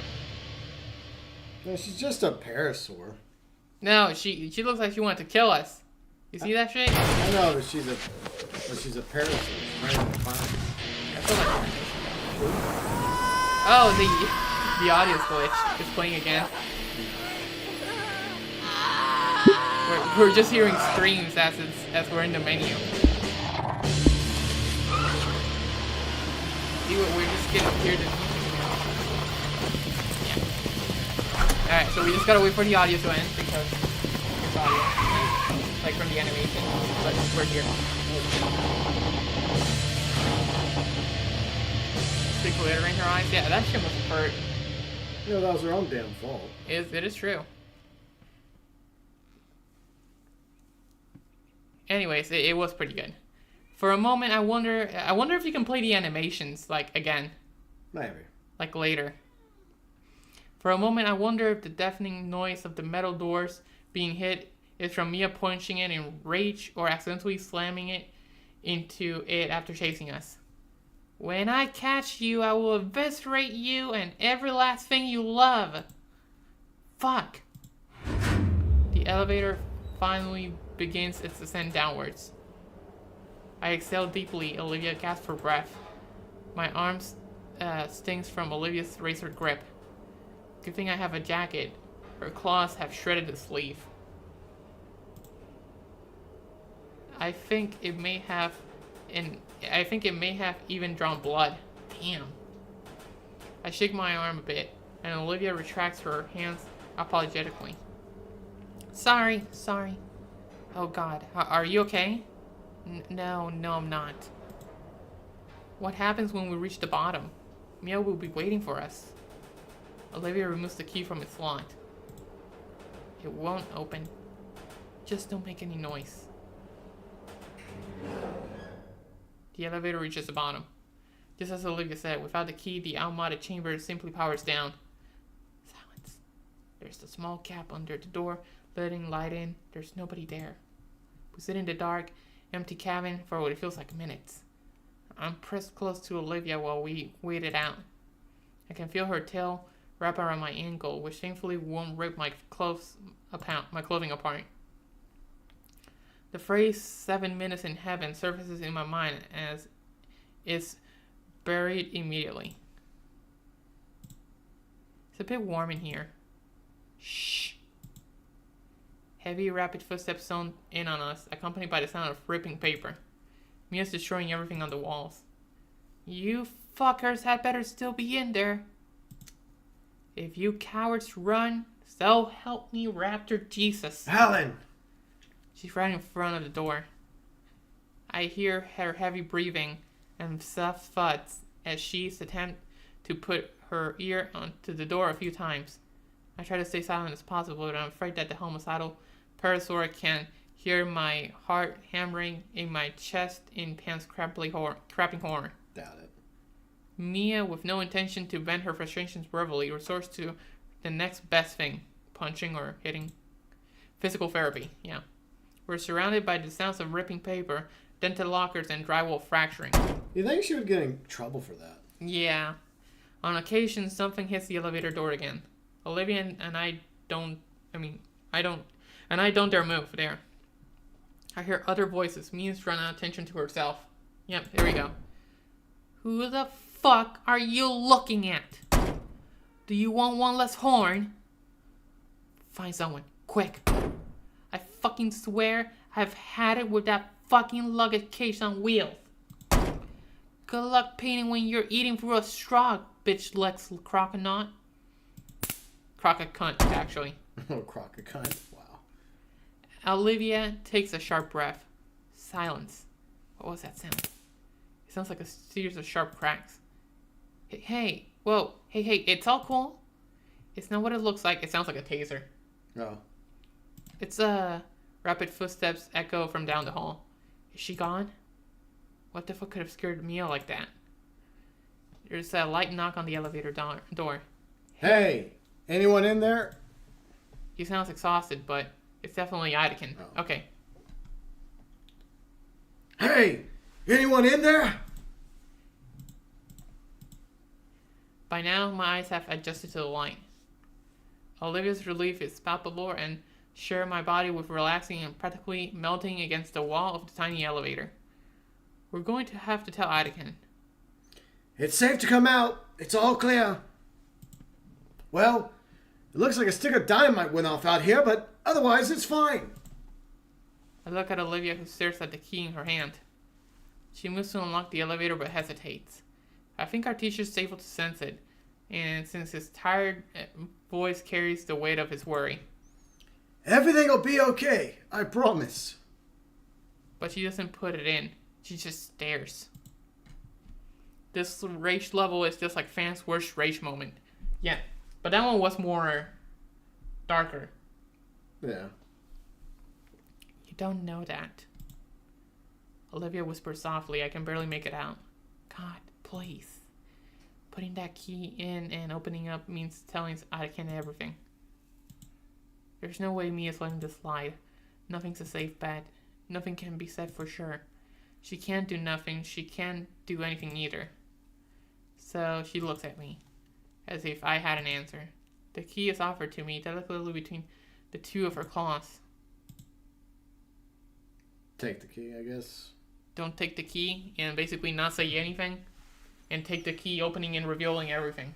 Yeah, I guess that's the options you have. What do you think? I feel like we have to tell. Yeah. Because, I mean... At this point, yeah. At this point, with everything that's been going on, yeah, you might as well just let it all out. Yeah. Plus, holding it in, it means more pain for her. Yeah. Take the key. Alright, let's get this over with. We've gotten this far. Time to end it. I had enough of all this stress. And by the looks of it, so has Olivia. She's been dealing with this much longer than me, so it's time for me to carry my own weight here. It's the least I can do to take this final step for her. Even if she doesn't trust Idakin, she trusts me. She doesn't trust Idakin? That doesn't sound right. but it can't be anything else. It's just that. Keep you both safe. Talk. Yeah, we gotta talk. Yeah. We have to do this. Enough nonsense. I take the key and move to slide the key in the panel. Here we go. With the key inserted and twisted, the dark room shudders briefly before the metal door starts to slide open. I wonder if she destroyed the picture she made on the wall. I don't know. I mean, she was tearing something apart. Yeah. We're greeted by the side of our teacher looking very haggard, his brow slick with sweat and holding some strange black rod. Oh, the black rod must have been, yeah. Reels at the side of a Diab baton. Thanks for saving us, Mr. Radican. Don't thank me just yet. I'm gonna need an explanation for all this. So is Principal Scalar, for that matter. Hey, Brian. Yeah, you like the ice cream? Thanks very much, Brian. Really appreciate that. Hi, Brian. He steps aside and munches us out of the elevator with a wave on the broadstick. Come along now. Give the janitors some time to take care of the mess. Holy shit. It looks like Mia tried to destroy everything within her reach in the hallway. On the ceiling, a pipe is leaking water intended for fountains and toilets. Jeez. A group of dinos in overalls round the corner, looking absolutely pissed. Our teacher waves at them and begins escorting us to his room. All the adrenaline has faded now, and I can feel the acute pain in my arm. Olivia's hand reaches back behind her head to the arm she had grabbed, and her fingers delicately loop around the spot. She looks back, her mouth shut tight, but her sympathetic eyes telling me she's sorry. I look back with a comforting smile. Sure, it hurt, but I knew she didn't mean it. We look forward again to the door of Anakin's classroom. Olivia sighed and resigned herself to explaining everything to our teacher. Olivia looked ready to collapse. She had taken the better part of an hour explaining Mia's distortion in full detail to Mr. Anakin. I grabbed Olivia's canteen and handed it to her. She greedily chugged the entire thing, gasping after rubbing her sore throat. It was hard to get a read on what our teacher was thinking. His brow was furrowed, his fingers steepled, and he was muttering to himself. Finally, with a deep sigh, he stands from his desk and looks at the exhausted girl. I had a feeling something was going on, but to this extent? You should have come forward sooner. I know, but we're here now, aren't we? Fair point. Still, I'm concerned that you thought nobody would notice. I didn't think anybody would care to look. Those assignments go through dozens of eyes, you know. What do you mean? Your style, Olivia.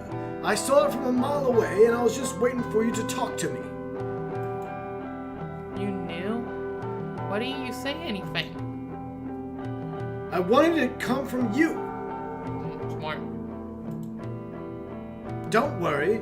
I'm not going to lecture you. Raptor Jesus knows you've had enough of that already. Alan. Damn it. Why? Because I have to. It's tradition. It's tradition. I'm glad you two are okay. Yeah, I thought she was actually gonna kill us. Mr. Raccoon shakes his head before he smiles softly at us. Have some faith in the faculty here. We'll do our best for you. With what we have on Mia now, we can justify watching her like a hawk from here on. Anybody else she was harassing ought to thank you. Are you sure she's actually going to get in trouble for this? At this point, we'd look bad if we didn't punish Mia for this kind of behavior. That's a relief. Come on. You two can hunker here until school clears out. You sure? You were going to stay after anyways, right? Yeah. The loud noise makes me stumble to the floor. Mr. Anakin! That was the sound of the taser hitting Inko. Whoops! Anakin looks at the device in his hand. Is that a taser? There's a piece of tape on it with something written on it. It's just protocol? Anyway, I'm going to run and get some things done. They're going to want my account on paper pretty soon. May as well knock it out of the way. With no care at all, Mr. Anakin chucks the electric weapon onto his desk before turning to his doorway. So he was gonna taste Mia. Mm-hmm. Yeah, he was the one. Don't burn the place. Oh, that's you. Don't burn the place down, all right? Alone, I go sit near the back of the classroom. Looking out the window, I finally lit a huge sigh I've been holding in. Olivia rolls over to join me and surprisingly she's smiling. You were right, Ingo. I could trust him. We sit in silence, just looking out the window. When school's let out, we watch the crowd of students going home. I don't see Mia in the crowd, but that doesn't matter. I think, despite of it all, Olivia's life is going to be just a bit easier after today. That's true. I'll say. While the students trickle out of school, at least she doesn't have Mia breathing down her neck. For now. Olivia took the chance to unwind. I figured it'd be less to let her rest, as I saw her drooping eyelids finally shut.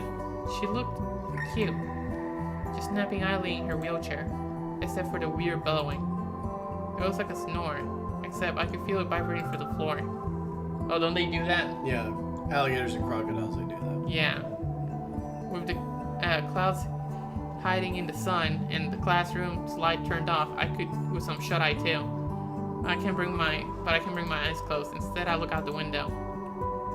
The layer of clouds overhead steadily grows more dense, casting a darkish shade on everything. Light raindrops prick against the glass. Crap, I really should have brought my umbrella. After a few minutes go by, they roll in closer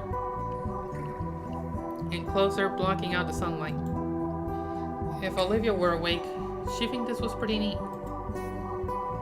I look back to her. Maybe I could nap too. Just a little. What was... Oh. Yeah, it was like thunder. Yeah. My eyes are drawn upward to the heavy cloud in the sky. In moments, the glass of the window is assailed by numerous heavy droplets of rain. Holy moly. The trees outside are billowing almost aggressively. Several small branches are stripped away in the torrential downpour. Torrential. Huh? Torrential. Oh. An umbrella wouldn't help with this. Huh? What? My phone's blaring an alarm. So is Olivia's. Instructions to shelter in place for several hours. The classroom's door is thrust open quickly. Oof. Yeah, he doesn't look very well. Checking out his back, panting hard, in close drench. Oh, sweat. Turning.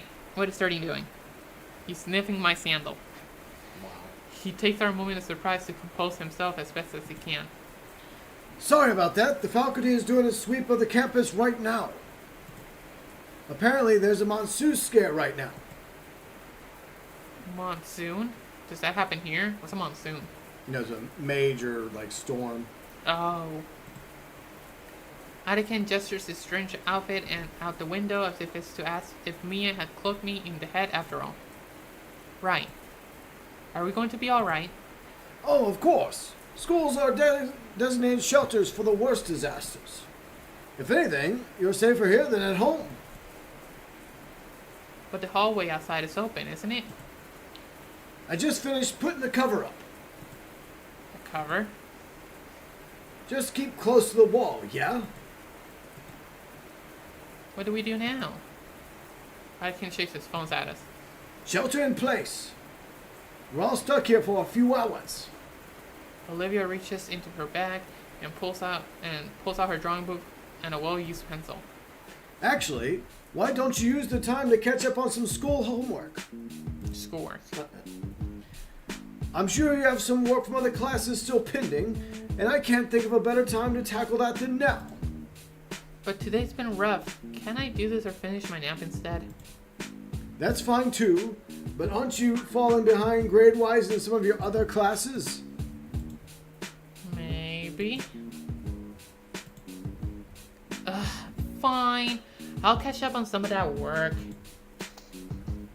Anakin gives a slight nod and smiles. Yep. The defeat. Yeah. Hurry for schoolwork. I know that feeling. Yeah. Olivia puts away her drawing materials and instead pulls out her bulky mathematics book, where she has set on the table with more force than necessary, followed by her notebook. With some hesitation on her part, Olivia sets herself to work. Meanwhile, bringing myself closer to her in case she wants some help with the work. And after a few minutes, it's clear in her mind and spirit her mind and spirit isn't into the work one bit. She constantly fidgets, taps her pen on the table, and looks around the room and out the window. Eventually, she lets out a groan and slams her book shut. This sucks. Can I please do something else? Anakin, who had been busying himself with grading some paperwork, snaps up and away from his work, looking at Olivia while rubbing his chin. Well, there's one other thing you could help out with. Supported teacher through and through. Lol. Yeah. That is true. I wish I had one of these. Yeah. Well, not anymore, but back in the day. Would need both of your help with it. Could even consider it a new extra assignment. What do you say? I say good night, aviator. That's what I'm saying. And thanks for stopping by. I don't know. Today's been pretty rough on Olivia. Absolutely, I'll do it. Alright. Wonderful! It's back here. He starts walking to the back of the room and waits for the two of us to follow him. Whoa, something in the dark room? Oh man, I thought we wouldn't get into anything until there. I thought we wouldn't get to do anything in there until the last 2 weeks of the semester. Are we going to be getting a head start on the section? Maybe we'll be making prints or learning about C41 and... Huh? Oh, Olivia's poking my back. Quit with the cinematic gate. Gate? Yeah, you're too slow. You're going too slow. Oops. I shake the excitement off and I head into the dark room. Anakin holds the door open for the two of us to enter. The inside glows a vibrant crimson light. Anakin's suit appears to lighten up in the red lights, and so does my shirt. I've only actually been in the dark room once before. This is so cool. I clasp my hands together. So what are we developing? This is an important job, a trust for you. Alright, I'm ready for it. What am I developing? Your lower back? Oof. This is it. Yeah. The dark room is just like a mini warehouse. That's not what a dark room system is. Well, it was dark. Okay. There's a click of a switch, and the red light switch to normalize and properly illuminate the room. There's boxes over there. I need one at each station around the room, but they're way too heavy for me. If you can, of course. Legally, I can't make you do any of this. Do I at least get extra credit? You get one of the bag of chips I keep hidden in my desk. Fine. Nice! Come on, Olivia. We should clear the way for him. There actually is something in the box we'll need in a bit. Good night, Jorge. Take care of Olivia. I will. I take good care of her. The two move back to the entrance, and I'm faced with the myriad boxes I'll have to carry. Looks like there's about 10. They're pretty medium sized. Looks like you could fit a table lamp in them. How heavy can they... Ah! Fud. It fell on the floor. Lift with your knees, Inko. This is gonna suck. I look at Olivia and she already has her phone out, and I'm pointing my way. Damn it. She's recording. I shift my legs and try again. And I actually managed to get this thing off the ground. This must weigh at least 70 pounds. What are these loaded with? Bricks? Something like that. Careful. They're fragile. Finally, I get the last box in its place. I pick a chair and collapse in a heap. My muscles are on fire. So to be honest, I don't know what I could have done with all that at the beginning of the year. I guess I'm getting stronger. Anakin walks back into the dark room with a small black toolbox. Oh, good. You're done. Come on out and take a breather. That looked tough. I'd rather stay here. Olivia shows up in the doorway behind Anakin. I'm surprised you didn't use the cart. What cart? Oh, wow. Before you get started with me, Inko, you didn't ask. For the love of... I hate you. That's the spirit. Here. Wow. Yeah, look at Inko. I mean... Yeah, he's not happy. After seeing what card, and you see the cards, like... Olivia shrivels her laughter into a snickering snorefest. Your mood will improve when you see just what you've been carrying. Oh? He grabs a box cutter from a shelf and slices the top of one open.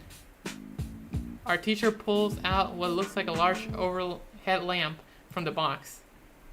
Oh, sweet. So that means...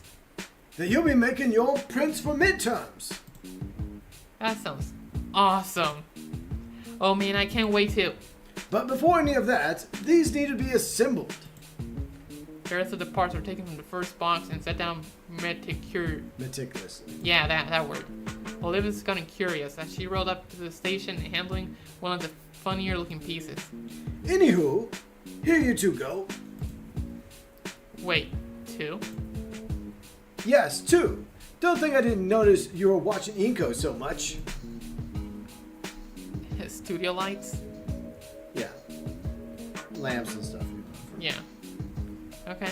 The stammered denial from Olivia does nothing to wipe the cheeky grin from our teacher's face. Oh, her cheeks were pink. Yeah. But what about you, Mr. Anakin? I'll be right here. Back. I'll be right back. He makes his way to the door again. Get started without me. I need to fetch some things. Before either Olivia and I can speak up, he's left the room. Olivia already has the toolbox open on her lap. Right then. I grab the folded up instructions and lay it out, seeing the details of the bizarre device fully assembled. Okay, so... on the floor. Step 1. Hand me the next piece. Oh, did I scare you? Yes, you scared me. These things are heavy. What if you dropped that on something? I didn't know. But you could've. And I didn't. Olivia still reaches for some brackets, but I grab the limb before she can take them. Hold on. We gotta do things right or the enlarger might not work right. She retracts her tail from the table. You're no fun. It's just an oversized lamp. That's a gross oversimplification. You're a gross oversimplification. That's something I would do. Yeah. Anakin's gonna make you use this. Gonna make you use the one you break. Just means I can sketch more, right? Well, it means you can participate and learn about photography. Photography's your thing, so it doesn't really apply to me much, does it? Well, maybe that's the case for you, but photography's my thing. It's the whole reason I took this class after all. Oh, sorry. It's nothing. Olivia politely rests her hands in her lap. Her eyes linger on the box of parts. Well, how does it work then? The print enlarger? She shakes her head. Photography. Like, why the giant lamp thing? It's all digital today, right? Huh? I think that's the first time someone actually asked me about it. Sure, I have lots of mid-shower rehearsals explaining my hobbies and their cultural significance to others, but none of that's coming to me right now. It's all about shot composition, and this machine is part of the production of it. Getting the right things is in the right places at the right time to evoke a certain feeling. Composition is a thing in painting too, you know. I'm ill-prepared for Olivia's comeback. Yeah, but it's a lot easier to pick the composition you want. You don't have to worry about any factors other than yourself. With photography, you have to build a set to get a good photo. That's the fun of it. But why would you want to limit yourself like that? Why not just draw whatever you're taking a picture of instead? You you could express all kinds of things you could never express with a photo. Olivia taps a claw on the imager, the metallic ping echoing in the small room. What sets all this junk apart from just the lines on the page? The technique. Vision. She smirks at Mike. Petulant comment. Fine, I'll show her. I'll prove to you that this takes skill. I hold the lighting portion up, making sure it's at the right angle, and fasten the last portion of the larger end. I plug the machine and flip the switch, happy that it works right and lights up the entire base. Olivia looks at me with confusion as I move to the entrance of the room and flick the light switch, bathing the room in a bright and red again. Going back to our workspace, I pulled the developed negatives from my backpack and slot the slide I want to the carrier. And ta-da! Negative carrier in place in the machine. A blurry gray blob is projected onto the base. What? Give me a minute. I hold the manual under the light of the side of the blob, checking which knob is switched, and slowly turn them. As the lens and bills follow. Shift. I brain farted. The Rorschach. Yep. Test transforms, gaining more definition until it finally becomes the spitting image of the school's front entrance. I can even do this. I take out the negative and place another atop it before slotting the carrier back in while also increasing the strength of the light. The image displayed is now the entrance with a half dozen semi-transparent students in front of it. What did you do? I overlapped another shot. The backgrounds are the same and doubled up, so I just had to intensify the light, otherwise the entrance would be too dim. Psst. So, that would take me a few minutes to do. Humps. It looked a lot better too. Ooh. She smirks, but I think she's feigning her apathy this time. Her toe gives her away. It's a lot more technical, I guess, but I only knew how to do this kind of stuff from Mr. Atkins' lectures about negatives. What else can you do with this thing? I haven't heard of a Rorschach test in quite a while. A Rorschach test is something that therapists or shrinks like to do. It's a blotch of different black blotches, and basically they show you a blotch of paint on a white sheet, and they ask you, what do you see? Do you see clouds? Do you see butterflies? Do you see a monster? It's supposed to be some test to determine your psychological state. Okay. Rorschach is also a popular character in the Watchmen series. Yeah. Okay, well, I don't know that shit. We have to watch The Watchmen sometime. That's a good movie. The what? The Watchmen. Watchmen. Yeah. What is that? It's about some superheroes, but it's really dark, and it's a good movie. It's a Zack Snyder movie, but it was before he did Batman v Superman: Dawn of Crap. Oh. But it actually is a mostly faithful rendition of the Watchmen comic. Okay. But yeah, the Rorschach test is just a way to determine somebody's psychological thoughts. Okay. 1 second, guys. I'll be right back.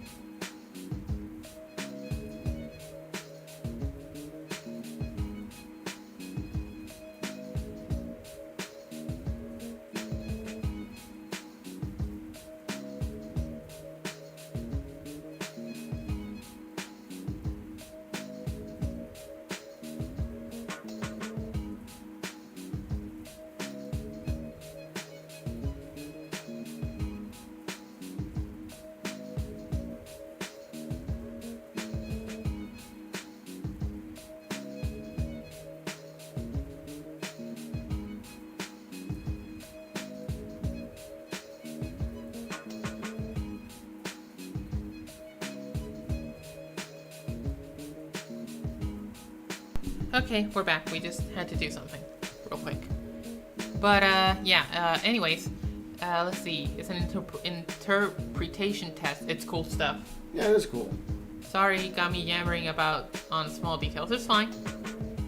It's kind of what, like, the whole thing this game's about. Yeah, I mean, there's plenty of times when we just go off the beaten track, you know. Yeah. It's completely fine. Yeah. I don't know, but... What's that smell? Oh, shit. I put out the negative carrier and wince on how hot it is. Crap. Shit. Olivia is quick to rip the plug from the socket. With my sleep, I open the carrier, and I see I managed to meld the two negatives together. Oh, man. I was going to use that. All that work, and I go and mess it up trying to prove something. Olivia's never going to let me live this down.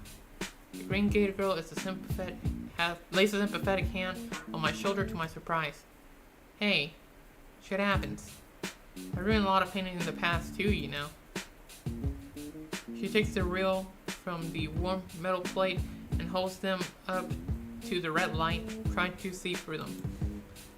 And you got more shots on this thing. But I don't like those shots. Then go retake them. It's not that easy. Like, it has to be the exact same time, weather, and lighting? The abrupt darkness conceived with the vague ambient sound of the ventilation shuddering to a halt. Blackness is all encompassing? Oh, encompassing. Yeah. And I can't even see Olivia. Who knows who I know is right next to me. Inko? Her voice helped me confirm that we're still alive in some fashion. But there's some shakiness in her tone, which sends a tense rattle down my spine. Our breathing is the only noise, as if we've been encapsulated in a void of nothingness. I'm still here. I know that. I plant my hand down to brace her shout, feeling the still warm metal of the enlarger base. But, yeah, it's the school's power. I feel something cover my hand, and then squeeze, painfully. Ow. Sorry. The pressure lessens, but she doesn't let go of my fingers. No, it's fine. There's a subtle shake in the scaly limb in my hand, but when I brush my thumb across it, the limb eases. Hey, stop that. Stop what? Dad, stop that thing you're doing with your hand. I shrug. And then want to slap my face when I realize she can't see that. Alright. Standing there in the darkness of the dark room isn't getting us anywhere. We should go find Olivia? Inko? They're just... Oh, that's you. That's probably Anakin. Okay. Olivia? Inko? Ah! My instincts kick in. Her face. Yeah.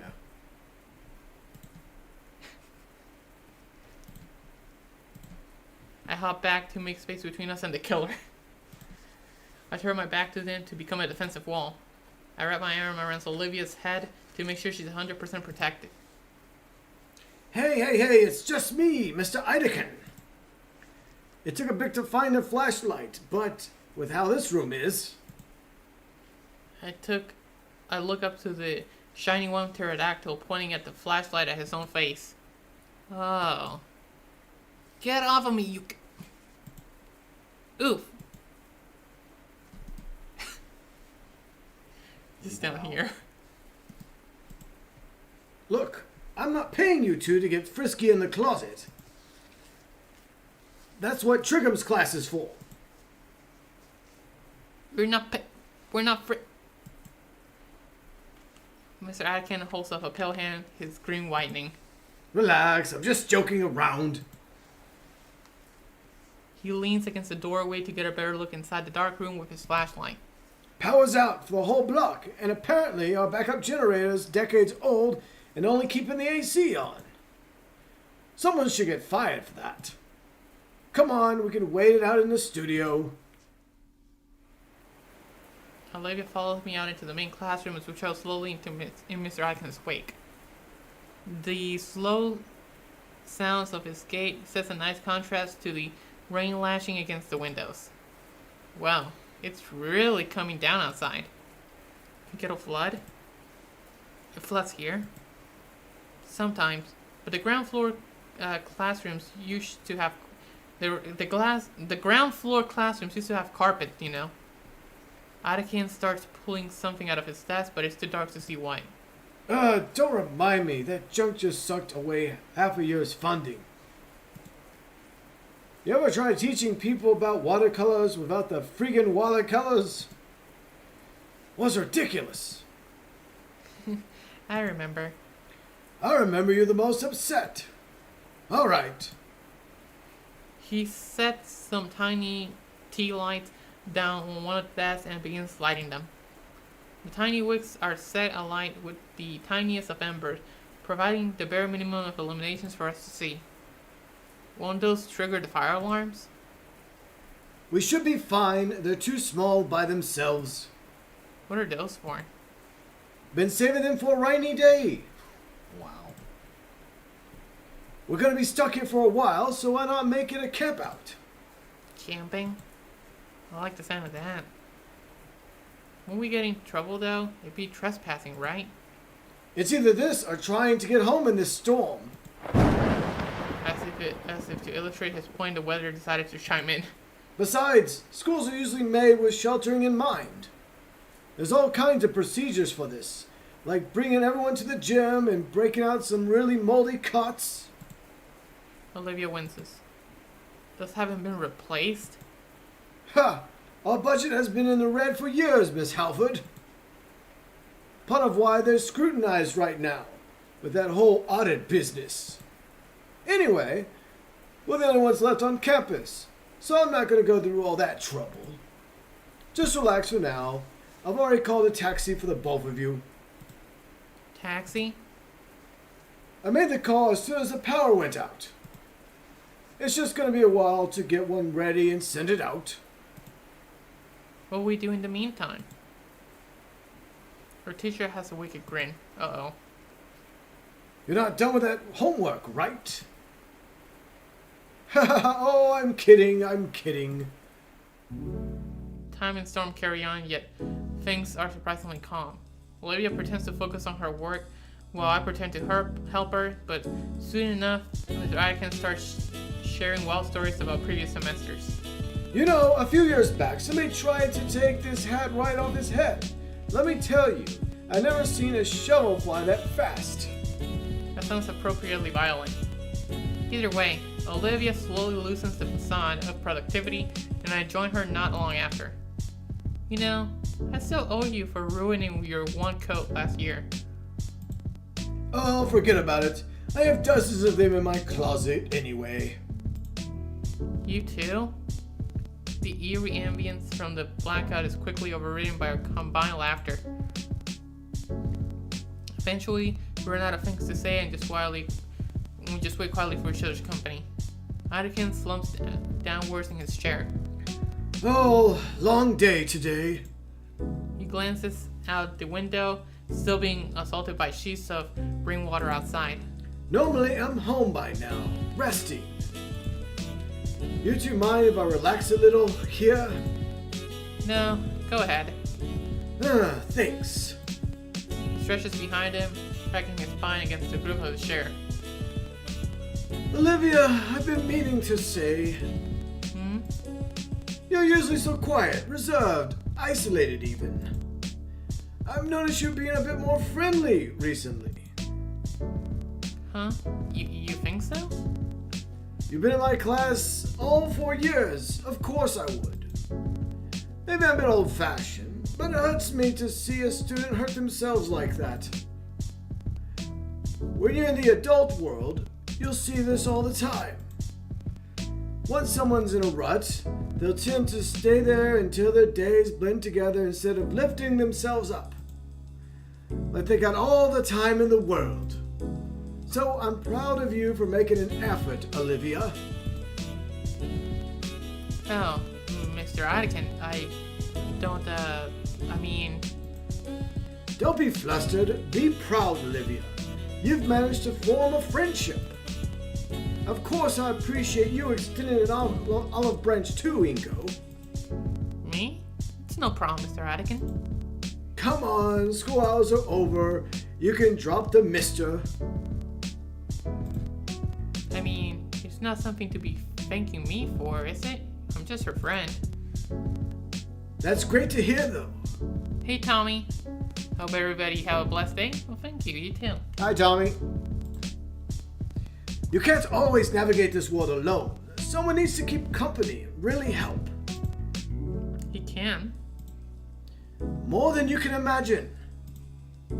Anakin leans forward to place a hand over both of ours. He just barely makes contact with Olivia's wrist when she winces and yanks it back. Shit. Olivia? You alright? Oh, I'm fine. That just hurt. I was fine before, though. You've been trying to stay off that wrist all day. Was it that bad? I was feeling better. I even helped build those hickeys. Yeah. The The print enlargers. He covers his eyes with one hand. Of course. Great move. Student's been overworking herself, and I think to give extra physical work. What am I doing? It wasn't your fault. I didn't want you to worry. I had no idea how bad it was. He leans forwards against gently holding Olivia's wrist, inspecting it, and being careful not to cause any pain. You need to take care of yourself, Olivia. If something were to happen to you, I know you'd be completely beside yourself. I know. I know you were doing the extra work, but how did it even get this bad? It was a lot of extra work. Doing a whole lot of group assignments on top of my own for the last 3 weeks. Basically all my free time. It's great practice. At least that's what I've been telling myself. Olivia does her best to hide her wincing as the teacher tests her arm. I never would have made it to graduation. All because of that painting you switched. GB got that medieval style narration. Thanks. He shakes his head and lets go of Olivia. No, it goes further than that. That painting was all because of the pain you've been going through all these years. All because of that first contest entry, hanging in the gala.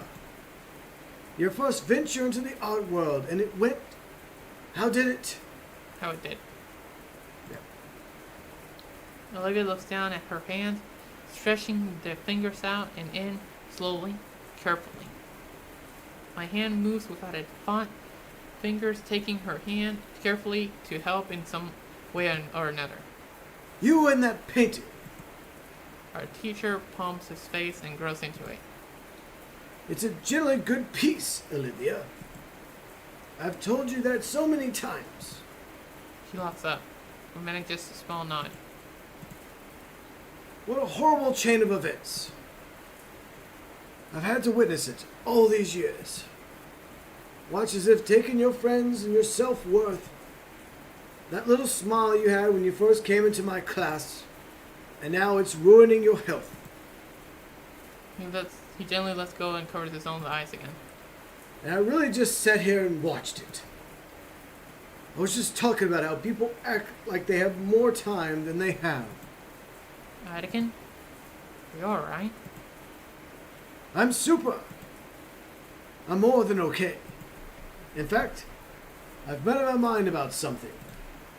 You. Take her to the gala, please. There's something I want you two to see. No words. Just do it, please. I nod. What are you going to show us? He stops at the door. Something you should have seen a long time ago. My shoes slosh noisily through the flooded hallway as we slowly head back to the main building of the school. Olivia herself had used her arms to tuck her legs up onto her seat, her head now resting on her knees. Anakin didn't seem to care, each of his steps splashing water around and soaking his slacks.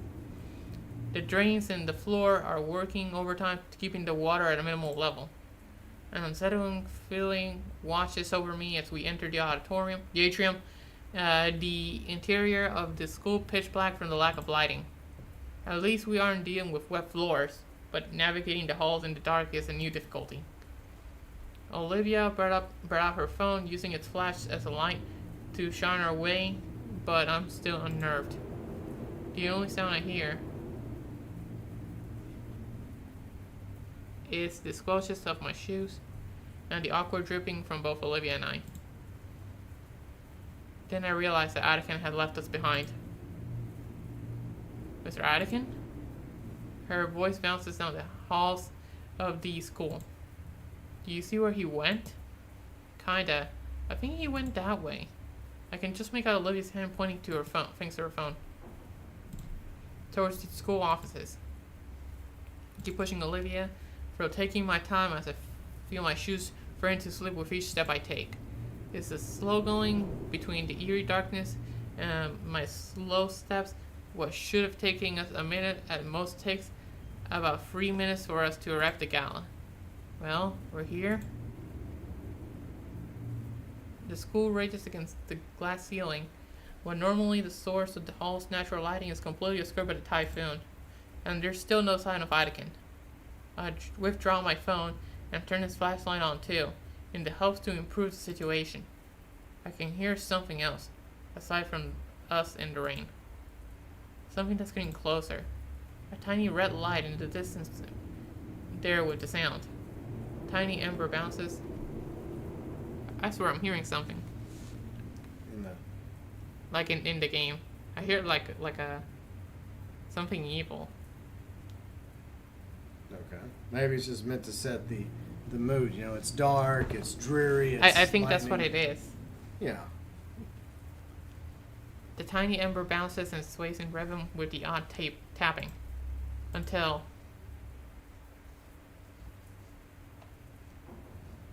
Oh, he has the paint. Did you see that the painting was down there by his feet? Yeah. Uh-oh. He knocked it down.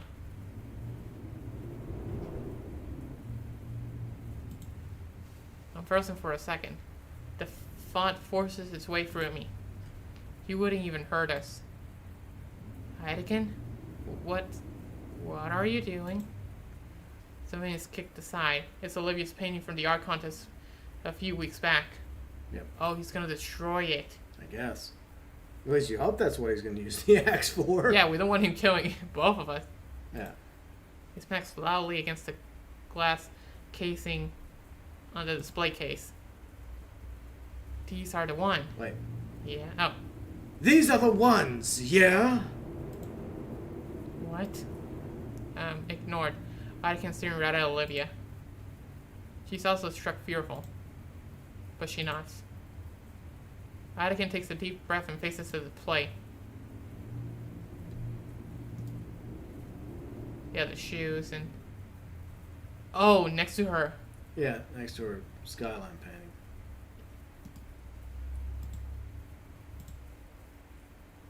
Hey, Attican. Wait, this is a bit extreme, isn't it?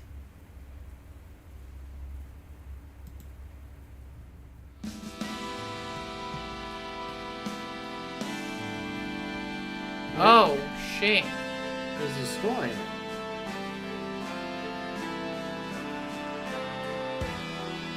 Oh, that's where we are. Yeah.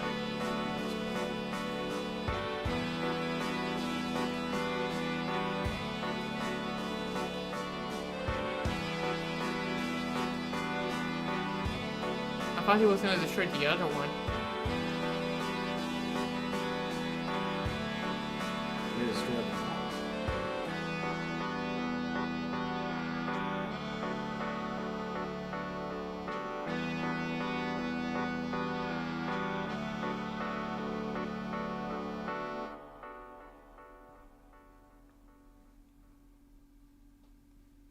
I guess he wants a clean slate or something for her.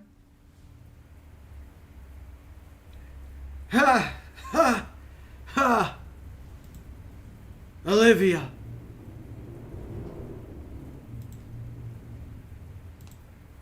It's gone.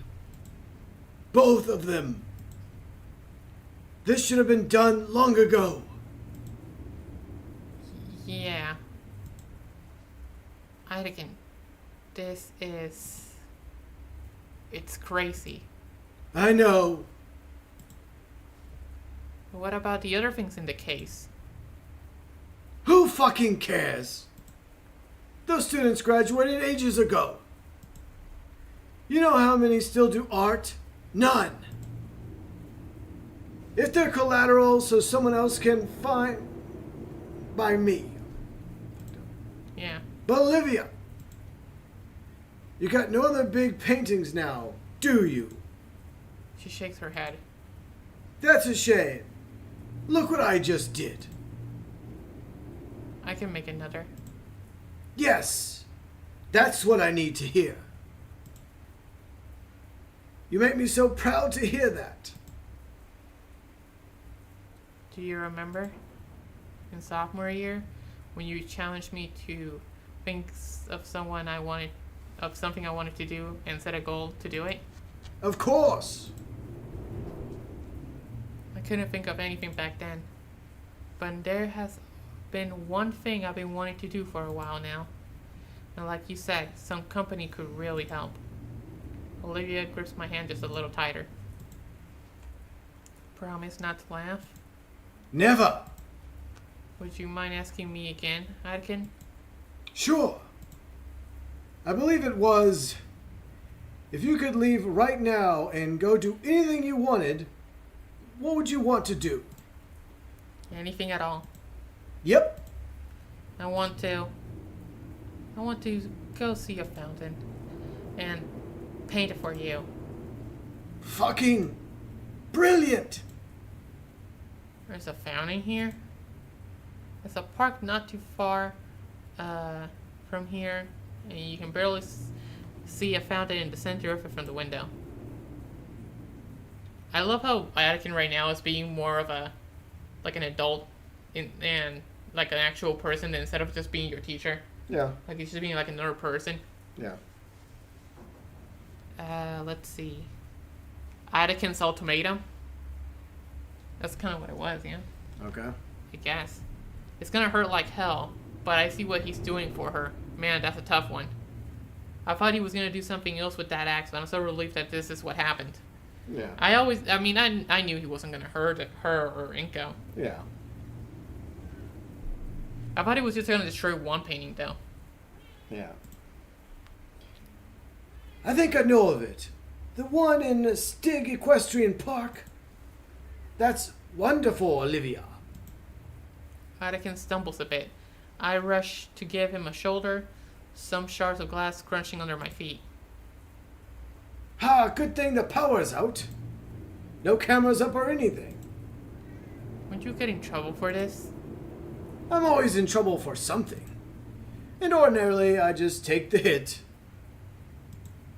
Especially for something like this. That Mia chick can take the fall. To hell with her. She broke it. Yeah. Olivia manages another small smile. I'm looking forward to that painting. You better get it to me. He wanted to take all the connections to the pain she had been holding onto from those paintings. Okay. I guess that's also, yeah. I guess it was a good way to destroy him. And just basically just start anew. Yeah. And let whatever those two paintings go, because that painting was, the first one, was basically the whole cost of everything. Yeah, I guess. And then the second one was something that just collateral damage or something. I will. And you better help. Of course. Anakin motions for us to wait by the school's entrance. For a while we sit there.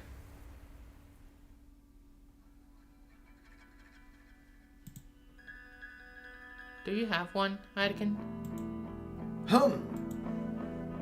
Do you have something you want to do? I'm already doing it. No, really. Really? Teaching high school is a great job that nobody ever regrets. You should pose that question to Inko there. All this character development, he's barely said a word. Inko? What about you? What do I want to do? If I could pick anything, I guess I want to go to college. I want to make plenty of friends. I want to find true love.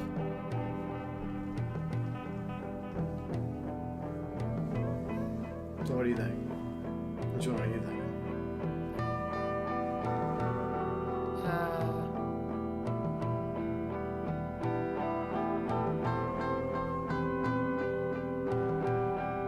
Well, not this one. Yeah, that's debt. Yeah, this is that right here. So as being a photographer, do you really need to go to college for that? No. Either you got the skill or you don't, you know. I want to find true love or make plenty of friends. Well, He's already made friends. yeah, he already had plenty of friends. Yeah. So he doesn't need to go to college. I mean, he could go anywhere else. Plenty of friends. He already has plenty of friends. Yeah. Want to find true love? That's cheesy, though. So, I mean, between the three, which one do you pick? I'm torn between option 2 and 3. Yeah, I would say... Because we already have plenty of friends, so I want to say this one. Alright, go for it. Alright, let me see. Yeah.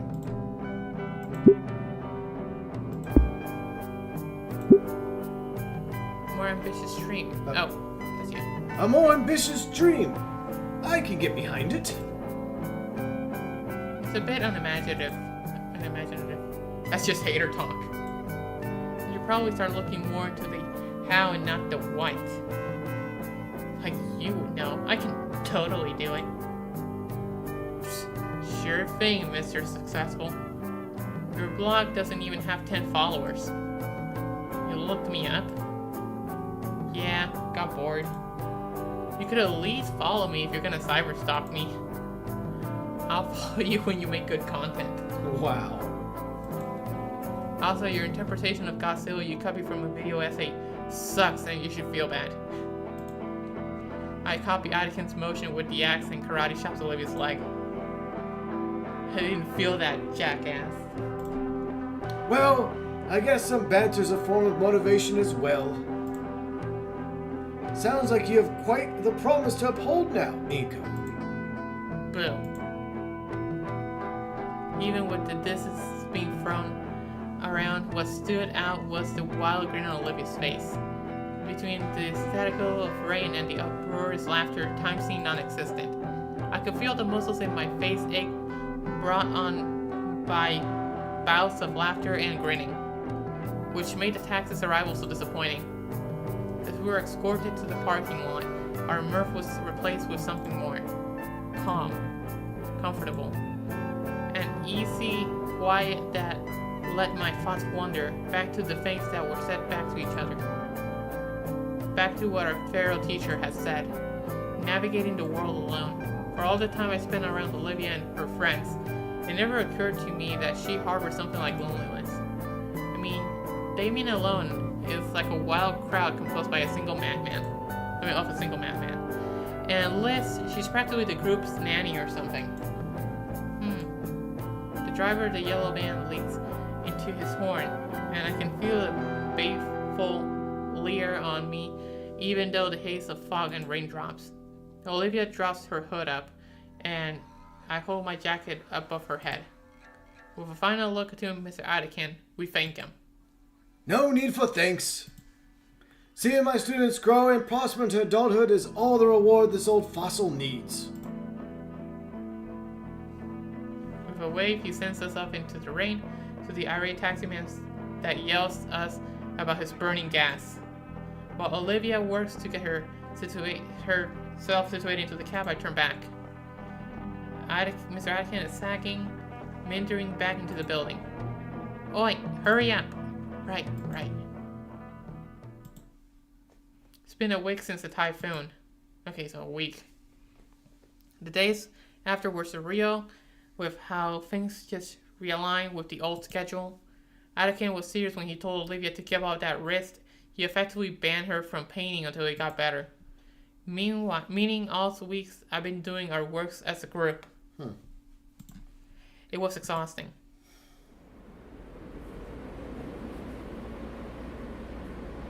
Oh, now she's here.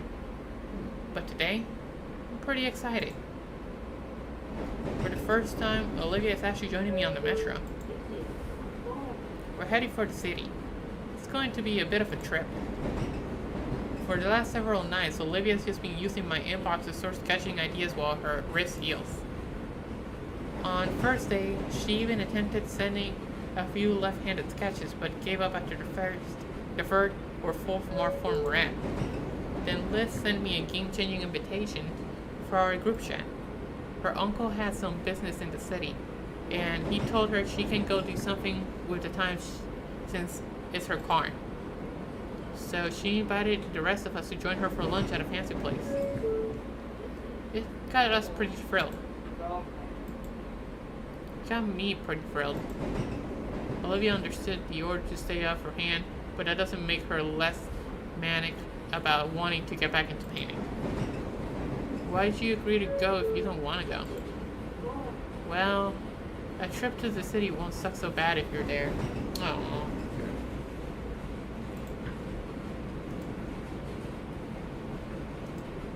Even if I really want to start that painting. You're almost done healing. It won't be much longer. I know it. How she hurt her wrist? I must have missed that part somehow. Okay, so for the past 3 weeks, Nia has been basically blackmailing her to do work for her and her friends. So by doing all these paintings for her friends, it's taking a toll on her wrist. So now she's taking a break. Yeah.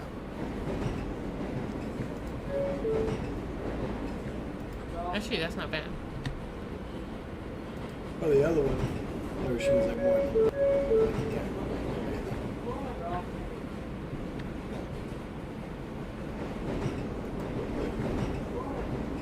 But Atticus said you should wait at least till for Monday. Yeah, that too. Besides, I don't want to be around Damien while he's... Ugh. Poor guy looked positively miserable when I picked Olivia up. He was pale and shaking, and the floor between his feet was left bubbling after a particularly powerful sneeze. I guess he's sick. Has that ever been that bad? It happens like once a year. It's one of the reasons we don't share a room. One moment he's fine, the next he's inebriated. Is that sick? Yeah. This car is weird. You ride this every day? Yep. This is even my seat. Right next to the folding accessibility seat? What? You started counting for me before we even met? Maybe I did. She mouths something and rolls her eyes, but there's a clear smile after she goes back to watching the passing buildings. Compared to a car ride together, this felt a little more intimate. Even if there are more people in close proximity, none of them paid us any mind. Just Olivia and I. Several stations later, the metro grinds to a halt at our stop. Alright, you ready? Yeah. Olivia shoos my hand away when I go to help her with the metro.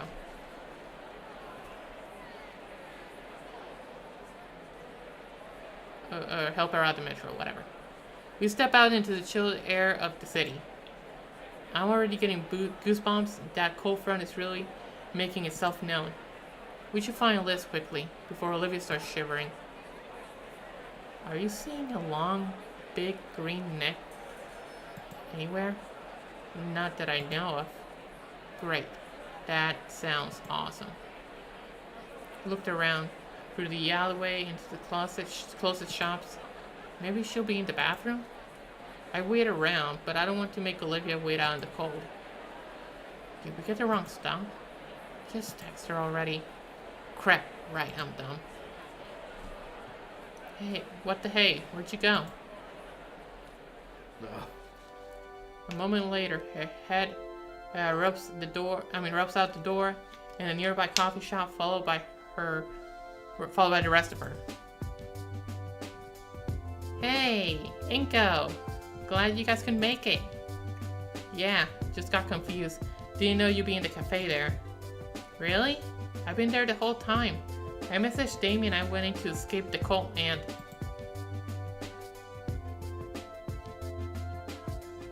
Where's Damien? Oh man, he got the nasty sick right before we left. He couldn't make it. Oh. But... Is he fine? He'll be fine, I think. Okay. Alright. Well, that just throws a wrench into all my plans now, doesn't it? We can still have fun without him, right? Yeah, I know. It was just... well, I was hoping between the four of us, it'd be like a double date. Yeah. Yeah. Huh? Yeah. Damien and me and you and Nico. All together for a fancy lunch. Liz... Olivia and I aren't... Oh. I'm sorry, I just assumed. Uh-oh. Oh no, she's gonna get canceled. Yep. You can't assume. Yep. It's like one of the biggest crimes in human history nowadays. Yeah, she got her neck stuck in that one. Yep. Yeah, but yeah, you can't assume. That's if you're gonna survive in today's world, you can't assume anything. No. Boy, this is embarrassing. Whole day seems like everything's going wrong for me. It's fine. Yeah, well, we can still have a good time. I'm having lunch with friends. I'm still having lunch with friends. I'm sure you guys will love it too. Come on.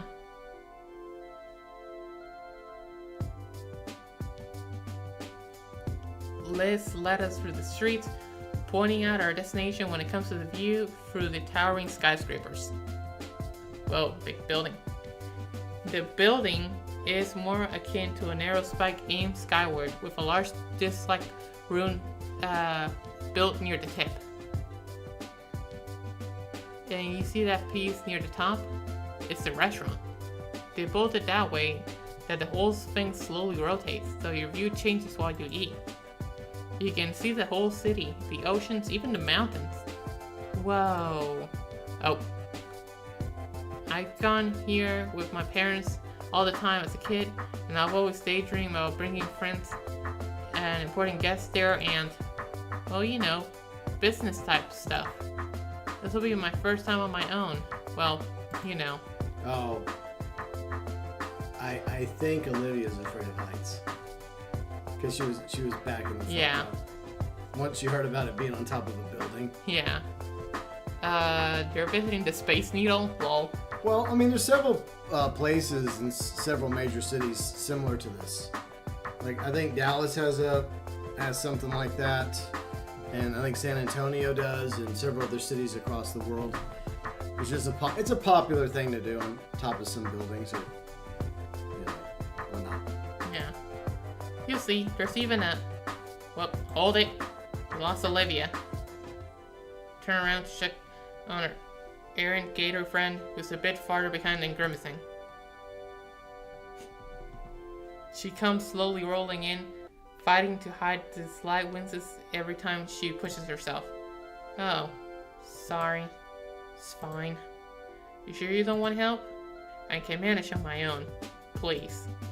Alright, you wanna lead the way? Alright. It's that Space Needle looking place, right? Okay, I'm now confused. Like, why did she back up then if it wasn't because she was afraid of... Like, it just seemed like she... never mind. She rolls ahead. Liz and I follow behind, continuing our conversation. Maybe she'll explain why she was backing up. The restaurant is an impressive spire with the actual sitting 30 floors up or so. Or so up. After Liz verifies her reservation, we've led into a special elevator with a glass front. After a minute or so of rising above the city, we stop and the doors slide open to reveal the restaurant. Yeah, I guess I was wrong. It's a circular room with the sitting by the windows and an inner ring for bars and the kitchen making up the center. Definitely a carefully crafted place. I wonder if it'd be so kind of place my parents would bring me to. I think what she was doing is that they were walking and Olivia was slowly falling behind. Oh, she was? I think that was what's going on. Okay. The reason she was going back and back assumed because she was backing up is because they were walking. Okay, that's what happened. I think. Don't quote me on that. Okay. Our waitress greets us and leads us to a table by the windows.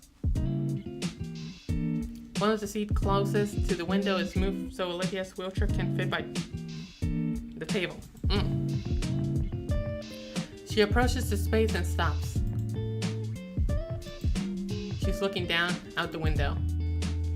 Can we switch seats? Yeah, she doesn't like being in the windows. Afraid of heights? Shut. Alright. Okay, so, yeah. She is afraid of heights. Okay, so maybe I was right. Okay, that background looks exactly like the view from the Space Needle when I visited there, but I can't help but see it now. I've never been to it. So, I guess this is what it looks like? Yeah, I guess they just take images and then they cleverly put them in Photoshop and blur them out just a little. Yeah. My stomach keeps making noises. Okay. You hungry? I'm not hungry or having to go to the bathroom either. I'm fine. Okay. I don't know why. I'm just making noises. Okay. Maybe it's just the way I'm sitting. Maybe. There we go. I oblige shifting the seat over so she sits instead by the aisle. Yeah. Love is a long road. Quite a view, huh? I can see why you make you squeamish, Olivia. I was also scared of the living daylights out of me. What? Are you afraid of heights, Liz? Well, yeah. Isn't everyone? What? That doesn't make any goddamn sense, Liz. Your head hangs 3 stories above your shoulders and the height scares you? Look, acrophobia is the irrational fear of heights, okay? So, of course it doesn't make sense, but still. That... whatever. Heights suck. We agree on that at least. So, what do you think? It's very nice. I can see why you wanted to come here. Well, it's not. My family usually comes here once a year. Uncle Ferris has to remember to bring along a letter from the owner saying he's fine to let in, that he won't bring the whole tower down. What the hell is a bisque? Olivia's looking into the menus, right? We're here to eat. Lobster bisque? It's lobster tail in a creamy kind of soup. Then why not call it lobster soup? Bisque is a stupid word. That's me basically with food. Wow. Why just call it that? It's this and this. I look at the menu myself. It's just fancy words to make it look appetizing. Yeah. That's all your standard options between pasta, sandwiches, cuts of meat. Some weird novelty things, but I actually like trying those. I guess I'll have double tropical chicken with pineapple sauce, chicken pizza, chicken is the crust, the entire leg of cow, carnivore selection, same meats with Olivia. We'll call there a kebab. The wooden steak is even cut to look like the restaurant. I don't know. I guess this is the one that Olivia's gonna have. But I don't think it really is a positive or a negative, whatever you pick here. I think it's just an option. Yeah. I don't think this is going to affect like the outcome of the game, like deciding on what you're gonna eat. I just don't see that. But which one of all these options sounds the most appealing to you if you were These, yeah. Okay. I think I'm gonna have this. Okay, wooden steak, even carved to look like the restaurant. But, yeah, I guess that way you're not having the same thing that Olivia's having. So Yeah. who knows? Maybe at least the option of you two like sampling each other's Food, yeah. If he's like, hey, Yanko, can I have yours instead? Yeah. You sure? With onion rings. If you want it, I'm buying. Dessert breakfast all day, too. I'm going with your pancake platter. With Lisa waitress over and gives our orders. Nostalgia pick? You got me. Takes me way back. The kebab sounds appealing. I know, that's why I picked it. It sounded good. Plus, it has the whole restaurant thing. Yeah. Just out a window. I look at the horizon as well. The view has shifted a bit to show the mountains. We all look out for a long while. Maybe a little too long. Ordinarily, this will be around the time when Damien would say something that kept the conversation going. Alright, he's usually the one bringing us all together. Yeah, it's strange to think about, but Liz and Olivia aren't really more than acquaintances. But during lunch, it's Damien that always makes sure everyone else is included in the conversation. Nothing comes to mind. I don't think I make a good Damien. One moment, please. I ring Damien up in the hallway. He's sick, yes, but hopefully he'll have something for me to use. He picks up, please. Yellow! Oh no. Vinny? I want to talk to Damien. No, he's out right now. Mom's with him in the backyard. He's puking his guts out in a bucket. Why? Pest control guys buy it from us for $50. Gross. What do you want him for? I can tell him when he comes back in. Oh, why not? I wanted to know how he always keeps our friend group so lively. Like I was considering small talk, just bringing up movies or something. Yeah, no, movies suck. Nobody actually likes them. What?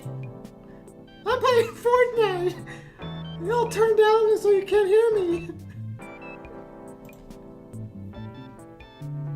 I bet he's sweaty as hell in Fortnite. Yeah, he would be sweaty as hell. I'm surprised they didn't like come up with some sort of like fictional version of like Fortnite. fork knife.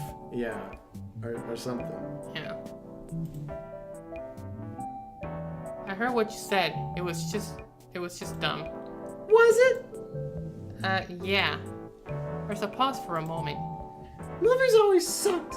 Like they started in black and white without sound, and they never really got better. Even when they peaked in the 70s, they only barely became watchable. Have you ever watched The Godfather? Dad made me watch that stuff and it just sucked. No, you probably just didn't get it. Dad explained the whole plot to me, ins and outs, and it really is just mid-trash. Ooh. That movie won awards. You can't just call it trash. Yeah, I can. Movies are just trash genre of content. Even the best ones are usually just polished turds that waste your time. Damn it, I'm dying here to do this. Little bro just called us all out, LMAO. Yeah. Jeez. Benny's going in. Then he stopped sweating. Okay then, what's a good movie? Ever heard of Mr. Beast? How about Storytime Animations? Oh, you gotta be kidding me.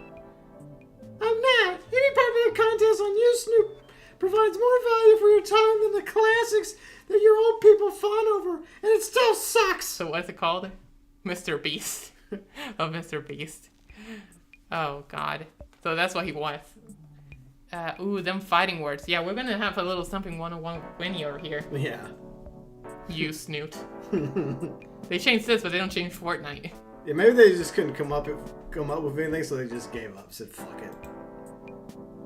That's not even movies. They move when I watch them. Not my point, you troglodyte. As if you could ever think of comparing that slop to the likes of Star Wars, The Godfather, and Blade Runner 2049. Movies are one massive pile of doo-doo fart, but even it can be sometimes make something mediocre. These are billion-dollar franchises. Millions of people would disagree with this deranged nonsense. Doo-doo fart. Sounds like the usual hater. Yeah. Oh my, you little... Listen, you little chump. Next time I see you, I'm going to wring your little neck like a wash rat.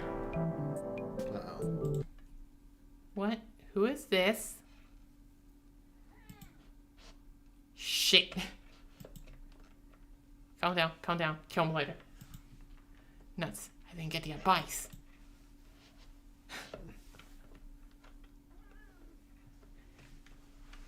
I sloped back to the seat and slumped down, catching my breath. Wow, I love how he was just playing Fortnite, just watching Mr. Beast. Are we talking to Kane? But Kane likes Star Wars and all that stuff. Yeah. Jeez, that was funny. Yeah. Well, you alright? Your eye's twitching. I don't think I've ever been more angry in my life. What happened? I don't want to talk about it. Rub the tension from my face. Fine. I can be a good daemon all by myself. So, Liz. Yeah? You mentioned when we first wanted to talk, you want to be an art dealer. Getting the right people, the right paintings, right? How's that going? Oh. Yeah, it's going great. I just got accepted to Marceline U, actually. Oh, snap. Yeah, I actually got everything all worked out for myself. I'm going to hit the ground running once I graduate. That's pretty cool. I'm still figuring things out. You too, right, Olivia? I only got short-term goals right now.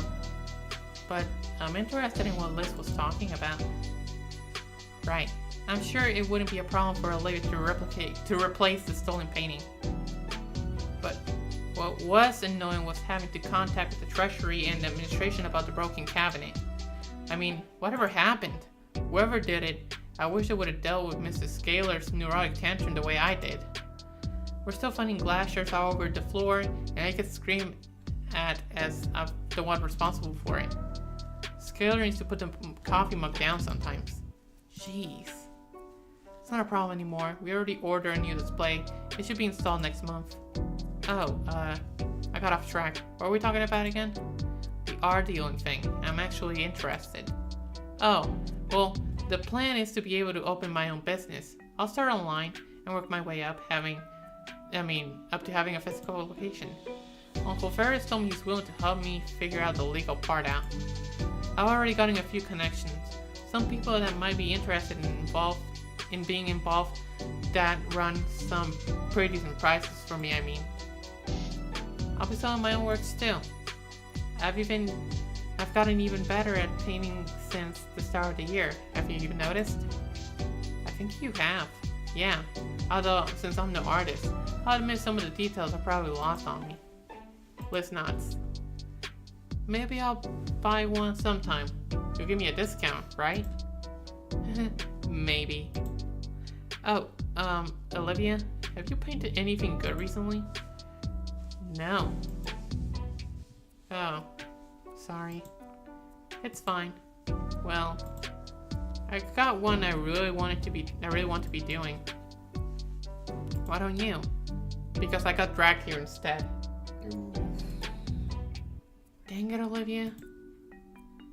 I mean, it's not that I'm mad. It looks like she wants to say something. The thought dies on her tongue. Yeah. The conversation and tension thankfully gets interrupted as her food arrives.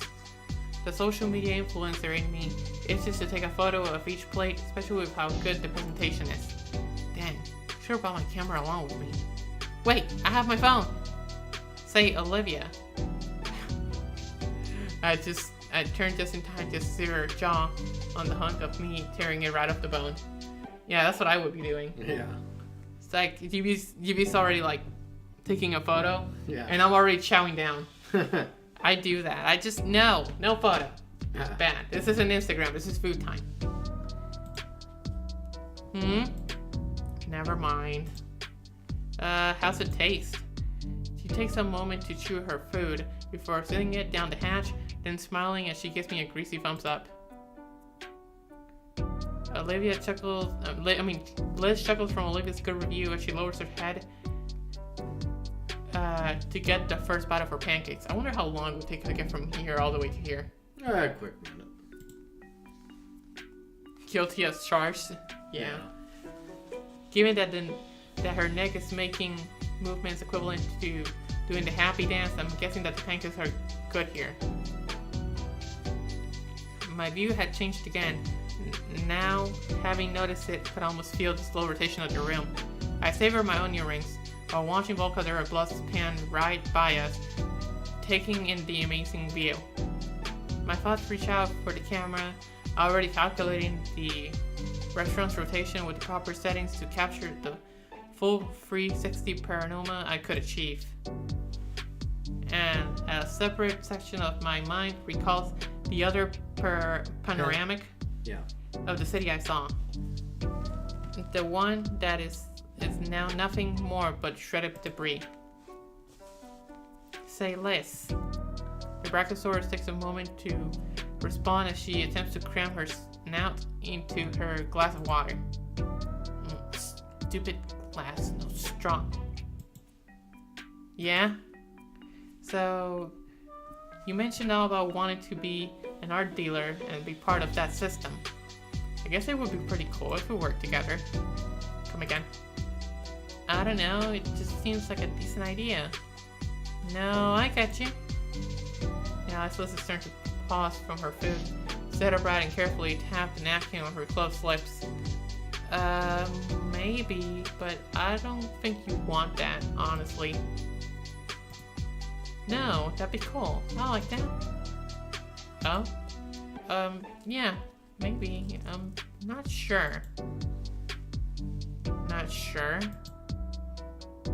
Yeah, I'm trying to get this whole thing off the ground on my own. Without others' help, right? Like you feel about your art stuff. That's different.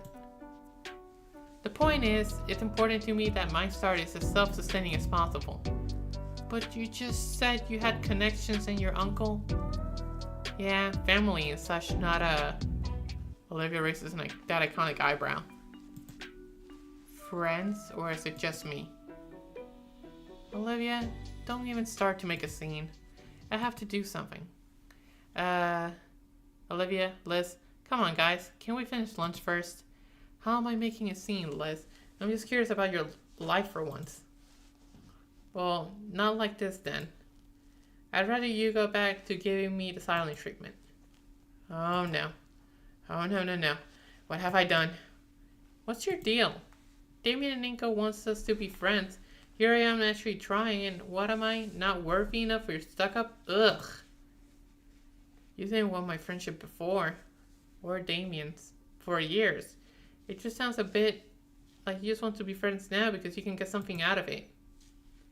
I want to be friends, just not like that. I thought things would finally just start getting good. Olivia, there's lots of people less fortunate than you. You have the support of your friends and all the offers. You can't blame me if you just ignore both. Liz, let me finish, please. I'm not mad. I envy you. I admit it. Anyone would. Effortlessly getting that attention and help. I hate it. I know. And I know it's wrong. But that's what I've been thinking for a while. I see all the things you have available to you all these years, and you just take them for granted. I just think it's a wasteful way to live. Look, sorry. I appreciate you guys. After telling to my face how you rather... Oh, she's pissed. Oh, yeah. After telling to my face how you'd rather be elsewhere and not here, while eating at my expense. You know what, Olivia? This is the most nice I can do for you at the moment because you really don't deserve anything else. Liz. Liz claps a hand over her mouth. Olivia doesn't respond. She looks down at her plate. I'm going to use the bathroom. She pushes herself away from the table and through the aisle. Oh no. I'm sorry, Liz. I didn't mean to snap. It's alright. Once Olivia gets back, you can apologize. No, I don't think I can. After everything, I think I deserve that much. Good God, the brief was just to get these two talking and have a good time. It's like a grenade was thrown into the table. Wow, I'm a terrible fucking Damien, let me tell you. Liz? Yeah? Why didn't it work? Why didn't what work? I know you two aren't on the greatest terms, so I tried to keep the conversation going. So, it wouldn't get awkward and nobody would get left out like Damien does. I feel like this was somehow my fault, but how? I did everything I was supposed to. I don't think you did anything wrong. Why does this never happen around Damien? Good question. I don't Huh. Liz picks at her plate, popping the yolk on her over easy egg. She's probably not in the mood if I pushed any further and said anything I want to say right now. Olivia wouldn't want me prodding right now either. There's no options. I tried to think of something to do, but nothing. Can't think of anything at all. of doing anything at all. Not without making someone uncomfortable or worse, getting them mad at me. And I've never anticipated something like this happening. It's frustrating. I can't do anything, but I can't do nothing, obviously. Not if I want to smooth things over. Right now, Olivia's in the bathroom. She's actually just fooling around the hallway. But the point is, the two are separated. I can work something out. Should I keep trying then? I don't want to make anyone uncomfortable. I think I'd rather you didn't. Come on, Liz, help me out here. Ask Liz for help. How does she know how to deal with avoiding upset? How does she know how to deal with avoiding upsetting others? Go find Olivia.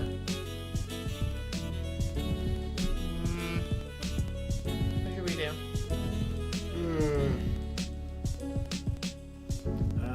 That's a good question. Should we just go look for Olivia, or should we ask Liz for advice? I don't know. I guess if we go find Olivia, then we can try to... I don't know. It could... Not a fun place to be the friend stuck in the middle of. Not really. Yeah, this is a tough one.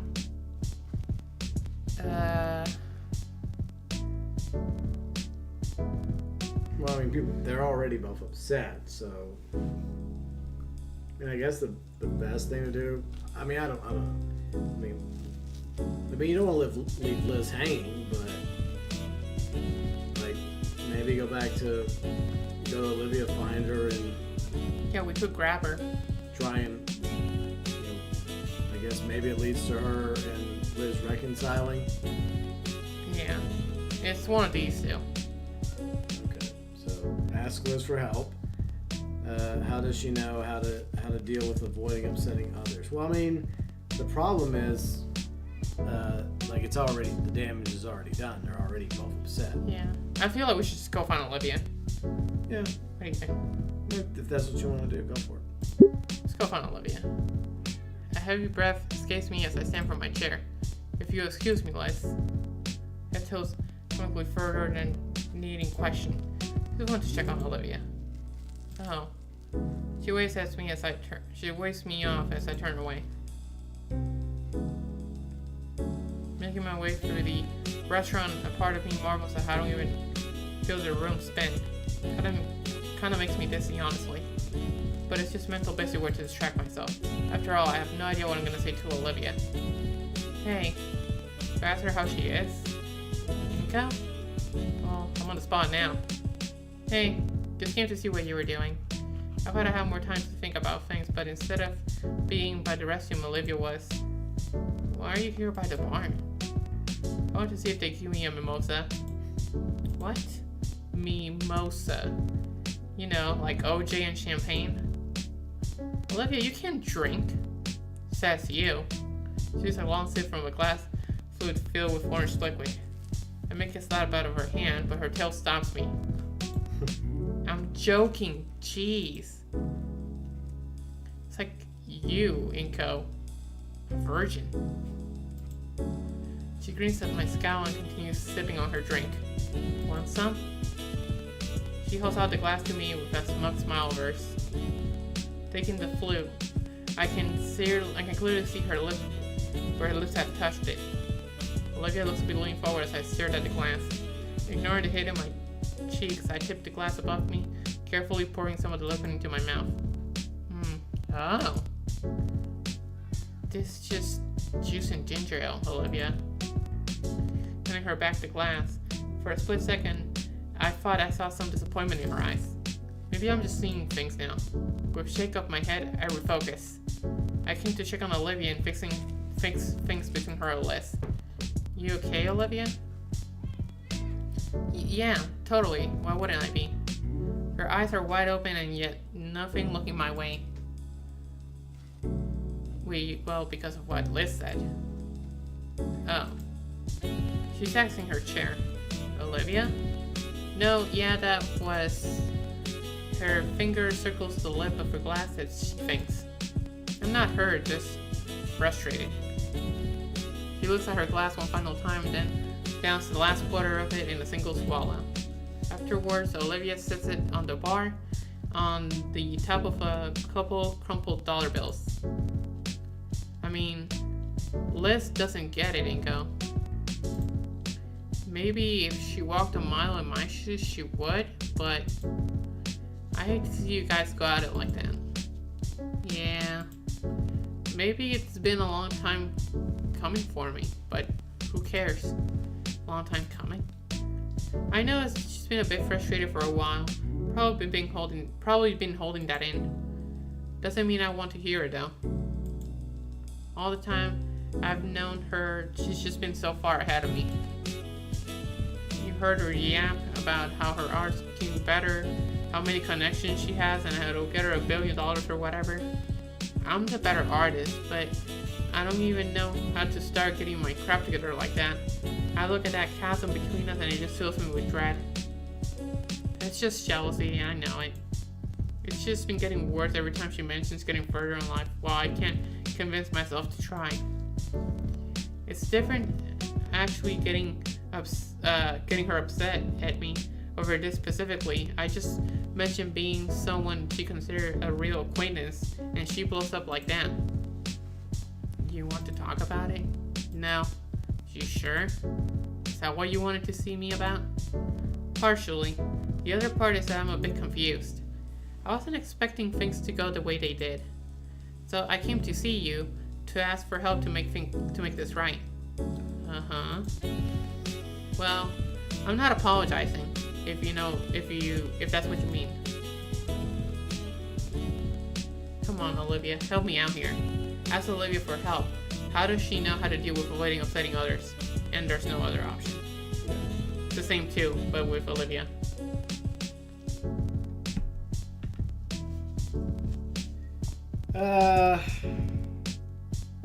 I guess. What do you think? Which one do you think?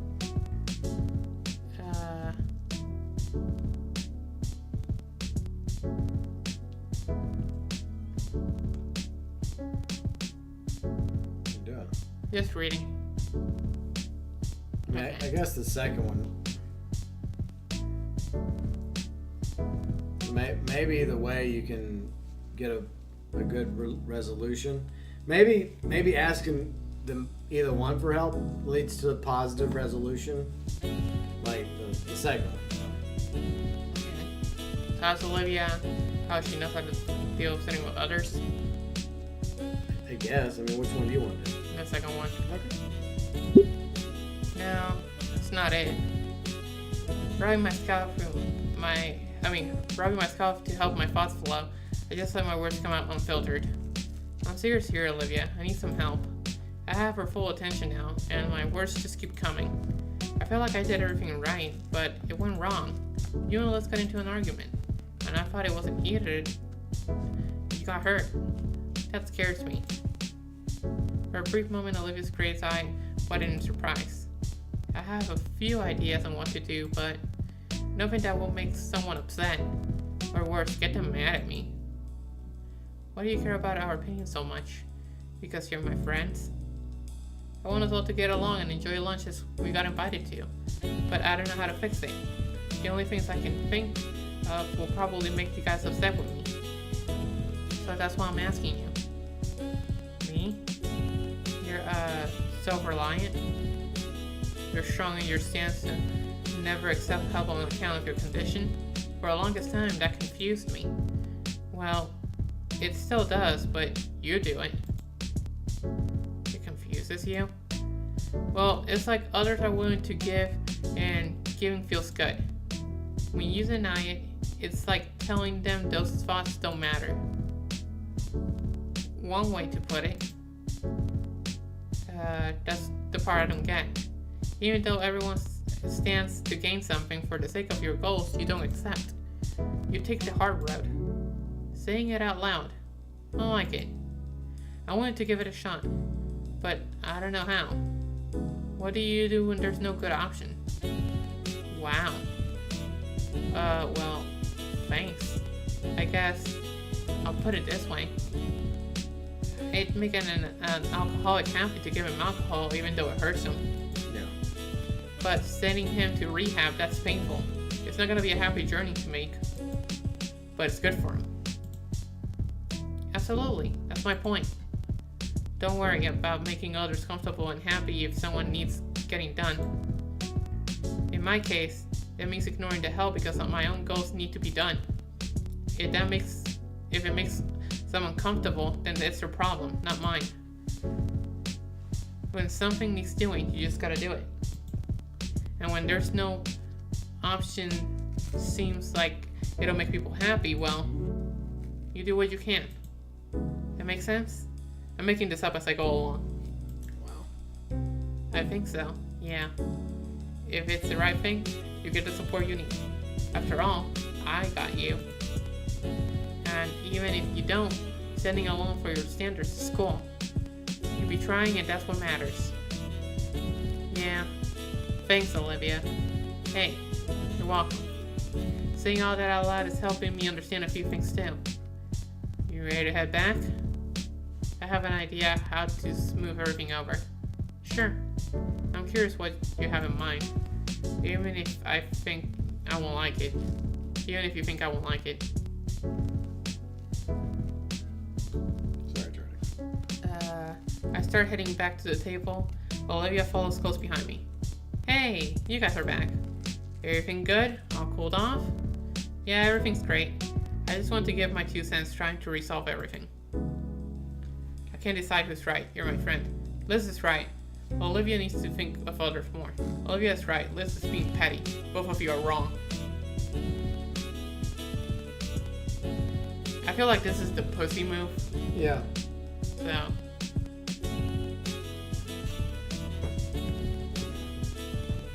Well, here's what I think. My opinion is I feel like they're both wrong. That's just my opinion.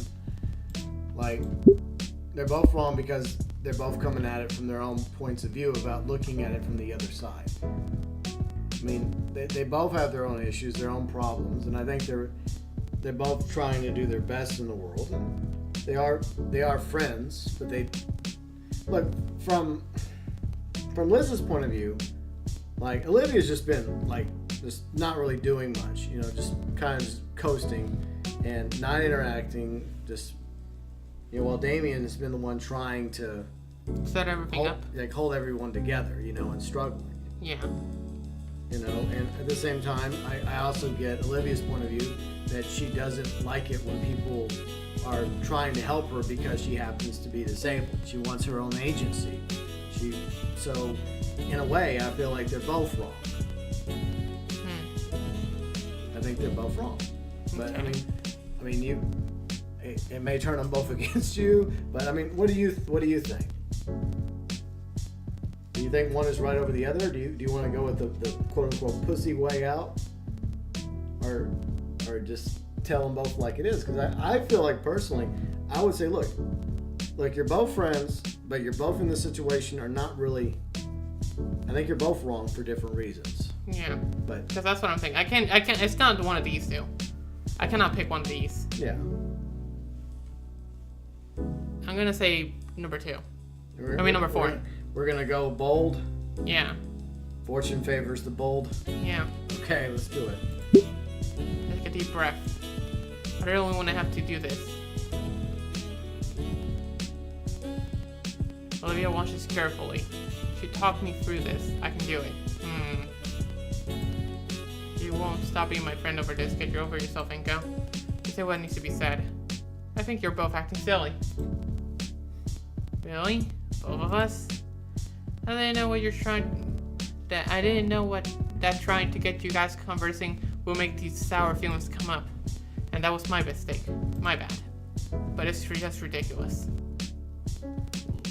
Liz, I get Olivia was a shut-in and didn't open up to you back then, but that's clearly not the case anymore, is it? That's a question. No, I guess not. Then what use is holding a grudge? Accomplishing your goals on your own is fine. That's your prerogative. But when you say Olivia's treating you different because she has something to gain, you know that's not right. And Olivia, I hate to say this, but you have been pretty thoughtless here as well. Liz is trying to do something for us, and hey, we all get to have a nice dinner in this crazy place. But when you say you'd rather be home painting, it's not just insulting Liz. It tells me you'd rather not be here with me as well. I love how much you opened up to us, Olivia. What seems to me is that both of you just refuse to see eye to eye. Too much pride going on. The sooner we stop trying to get the other to act the way we think they should, the better. And I thank you for your advice. I hope you won't be mad at me for saying this. Just please be a little bit more considerate. That's it. Again, sorry if I went too far. You're right. That's a little eloquent for such a little argument. Well, it was bothering me, and I would have turned into something more given time. Alright, that's fair. I appreciate the effort. That's what you had in mind when you asked for advice? Yeah. I figured it'd be something a lot worse. Like the roast of the century you've been holding in against us. But if that's it, that's also decent. You're usually pretty thoughtful, so I guess I can see how that was a lot for you. We're nearly adults. That's not going to bother us. At least it shouldn't. So, are you good? Yeah. Thanks and go. Thanks. That worked out. Yes! Good. Yeah. That went much better than expected. After things settled down, we finished off our meals. Well, Olivia finished our meals. Liz had noticed when one of her whole pancakes simply vanished. And I thought my onion ring pile was looking smaller by the minute. Looking Olivia's way, she simply waved at us with the most bizarre concoction of onion rings, flapjacks, and syrup and beefing on her plate. Yeah. What? I'll make you guys better food than this later. Well, she is a good cook, so. Yeah. The theft of our food stopped shortly after that, and though the portions had diminished, we all were thoroughly satisfied with the meal. I offered to pay, or at least pitch in with a check, but Liz refused. Yeah, I mean, Liz offered to pay. She invited him, so that's insulting to Liz. Yeah. She insisted since it was already at to begin with. Exactly. But I always figured I'd be the man's place to pay for a date, and this was kinda a date, kinda. No, it was friends, Inko. Yep. Besides, you gotta get with the modern times. Just expensive. It's all about equality. Yep. Neither of our hands lifted from the tiny leather booklet. As long as I don't know how long we've been playing tug of war over it. Olivia at least found it amusing, even recording our stare down on her phone. But victory was mine, and I managed to pawn my debit card to the waitress before Liz could give it back to. Wow. With that done, all that was left for us here was making the most of the view.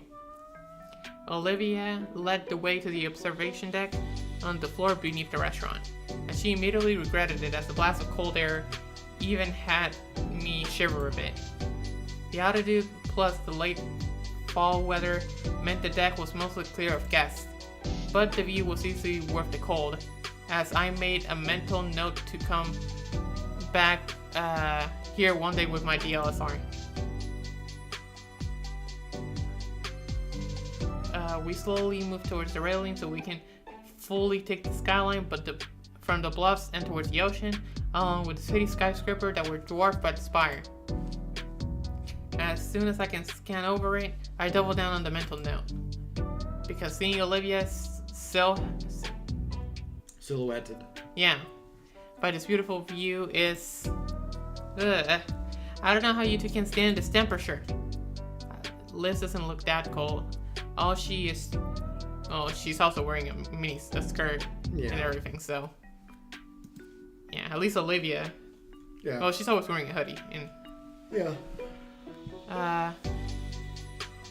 Oh, she soon rubbing her arms in a theatrical manner. I'm gonna be by the elevator, guys, okay? Her head moves next to Olivia, and there's a hushed whisper stare between them. Finally, Liv's body turns and leaves, her head following shortly after with a beaming smile. Olivia? Don't ask. Her eyes remain on the horizon. Maybe it was a little colder though, as Olivia's face is slowly turning red. Something up? Well... Her eyes roll down and her hands race up until she's carefully examining her wrist. I watch as she carefully tests her hands, wincing occasionally as she slowly flexes and rotates her hands. About the painting. No, about he painting. I think that's a typo. Not until you're better. I know. I've been thinking about it. Going to be way out of practice when I'm all better. So you're going to practice? She smiles as she turns to me, probably excited about the prospect of starting work on that soon. Yes, I have the mental image for it in my mind and everything. Her smile lessens though, and her tone becomes uneasy. I just want to make it perfect. I have the mental image, but I won't have the skill. Plus, between the carpal tunnel and rushing out those pieces for Mia, I think I understand what she's getting at, but her smile is back again. Once I can paint again, I need time for practice. I want to show Mr. Adakin the greatest piece I can create.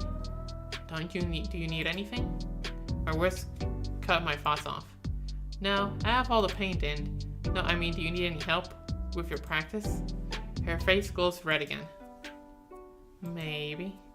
Well, I don't know how much help I can be with my complete lack of painting talent, but otherwise, yeah, I'll do whatever I can for you, Olivia. I promise. I cement it with a smile and thumbs up. Thanks. Kiss, kiss, kiss, kiss. No! No kiss. I was expecting a kiss, come on. Oof. I think we only stood up on the viewing deck for a few more minutes. After a particularly cold draft had swept over us, Olivia figured she had enough of the chilly air here. We made our way back inside, to the elevator station where Liz was standing idly. She and Olivia looked at each other for a moment. The two held their stare, locked in each other for about a minute, and about half a minute before Olivia looked to the side. So, what else is there to do here? A lot, evidently. Once we have gotten back to terra firma, Liz has taken it upon herself to walk us around the entire block. The whole area was a miniature theme park, with lots of street vendors selling tourist trap gifts. Of course. We spent the rest of the day just wandering the city park here, enjoying the late fall day to the best we could. Eventually, as the sun sunk below the horizon, Mr. Furries found us. Ooh, I'd forgotten that we come here in the first place because of a business meeting of his. Liz and him waved us goodbye as they broke away and headed for the parking lot. While I pushed a very tired Gator girl to the metro station. I don't think she minded much, honestly, as she clutched her tail into her chest and used it as a makeshift pillow. Aww. She looked so sweet like that. That's the perfect background for my phone. She must never learn of this though. Well, one day she'll ask for your phone and then she'll see it. Oh yeah. Because I don't think I survive. But it'd be worth it. Shot. Where's the shot? I want to see it. I want to see a phone background. Okay, is this a stopping point? After going home that night, Olivia texted me. Okay, so yeah, we're gonna leave it here. Okay, I think it's a good stop. Yeah, it's a good stopping point. That way we can, after going home that night, Olivia texted me and we can continue that tomorrow. I mean, not tomorrow, next time. Yeah, next time. Okay, so let's go to load. Go here. Okay, good. I always do that just to make sure it loads there. Good idea. Okay, so that's pretty much it. Let's see extras. Did we get anything? Drawings. No. Did we get to see animations? Options. don't see anything. History. No, it's empty. It's so weird because I thought that Nope, that's it. we had the ability to see that stuff in Snoop game. Snoop Game. Oh well. Poor cat. He's just been meowing the entire stream. Yep. But hopefully you guys have enjoyed. Yeah. It was fun. Yeah. We definitely learned a lot Yeah. about first of all, animations showing up again. We haven't seen them in a quick minute. Yeah. We saw Olivia and co-running from Mia. Yeah. And then we saw Idaken destroying the whole pictures. Yeah. Paintings. Yeah. And just basically start over. Yeah. My stomach is killing me. Okay. But, yeah, I mean, to backtrack, you can't blame about the teacher. I mean, thinking about the teacher with the axe, they look pretty menacing. So you can't blame what was I thinking he might have done with it. Well, I knew he wasn't gonna hurt Inko and Olivia and go full serial killer. Yeah. I knew he was gonna destroy one of the paintings, but I didn't know he was gonna destroy both paintings. I thought he was gonna destroy the one. Is it time to end the night? Well, we're gonna end the night in the next stream, cause in this one we're literally. Yeah, we'll pick up where we leave off in the next episode. But for this night tonight, yeah, we're ending it tonight. Yeah. It's almost midnight, so. Yeah, and overall it was fun. Yeah. It was a little bit longer because I mean last time it was a little bit short, so we had to make up a little bit for that. Yeah. Mostly because I was feeling bad. I'm kind of feeling the same way again. Wow. Yeah, but yeah. Besides that, I mean, I guess it's good timing too because we've been going for a pretty quick minute. Yeah. But yeah, overall, I mean, I'm liking the story. You know, something I like is Idaken. Yeah. He's been going up there for me. I love him. I love Idaken. He's cool. Yeah. But yeah, then you have Olivia and Inko, which are amazing too. And Damien has been pretty active. He was not here at all this stream. Yeah, he was not. He did not show up in this. Yeah. This was a pleasant stream. I was glad I was able to attend this for the first time. Yeah. It's nice to have you here. Yeah, it was fun. It was fun. Yeah, you're always welcome to go back to the previous episodes. Yeah, if you missed anything. Yeah. Did you make a playlist yet? I haven't. I gotta make one. Okay. Maybe I should just put it in, and just put like put it all together with. No, I think it should be. They should each have their own playlist. Oh, it's Muskie or Husky. I was playing with him yesterday. Oh, okay. Yeah, and you know when I told you I was playing with Oh, Festival and okay. with Husky and Fox. Okay, cool. Huh. But yeah, it was fun. Yeah, it was fun.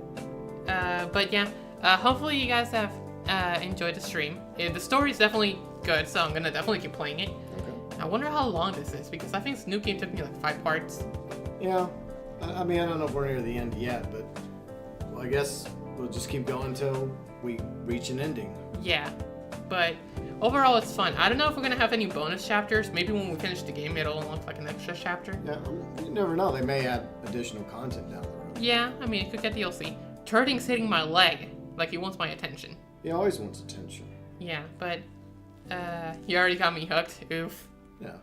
But yeah, hopefully you guys have enjoyed, and I'll let you guys know the next part on my community post like I always do. And What night are you thinking? Maybe like what, Sunday or I'm Monday? not throwing a day. Like, I mean, not maybe like two different days possibly. Okay, what day is it? Well, it's almost like Friday night's almost over, so maybe like Sunday or Monday night. Sunday or Monday. Okay. There. Probably Monday. But yeah, hopefully you guys have enjoyed, and I'll talk to you guys later with the next video or live stream. Probably a live stream. This part. Part 5. Part 5. Yeah. Yeah. And then after that, once we finish the game, we'll probably stream Fortnite again. But yeah. Good night, guys, and thanks for being here with us.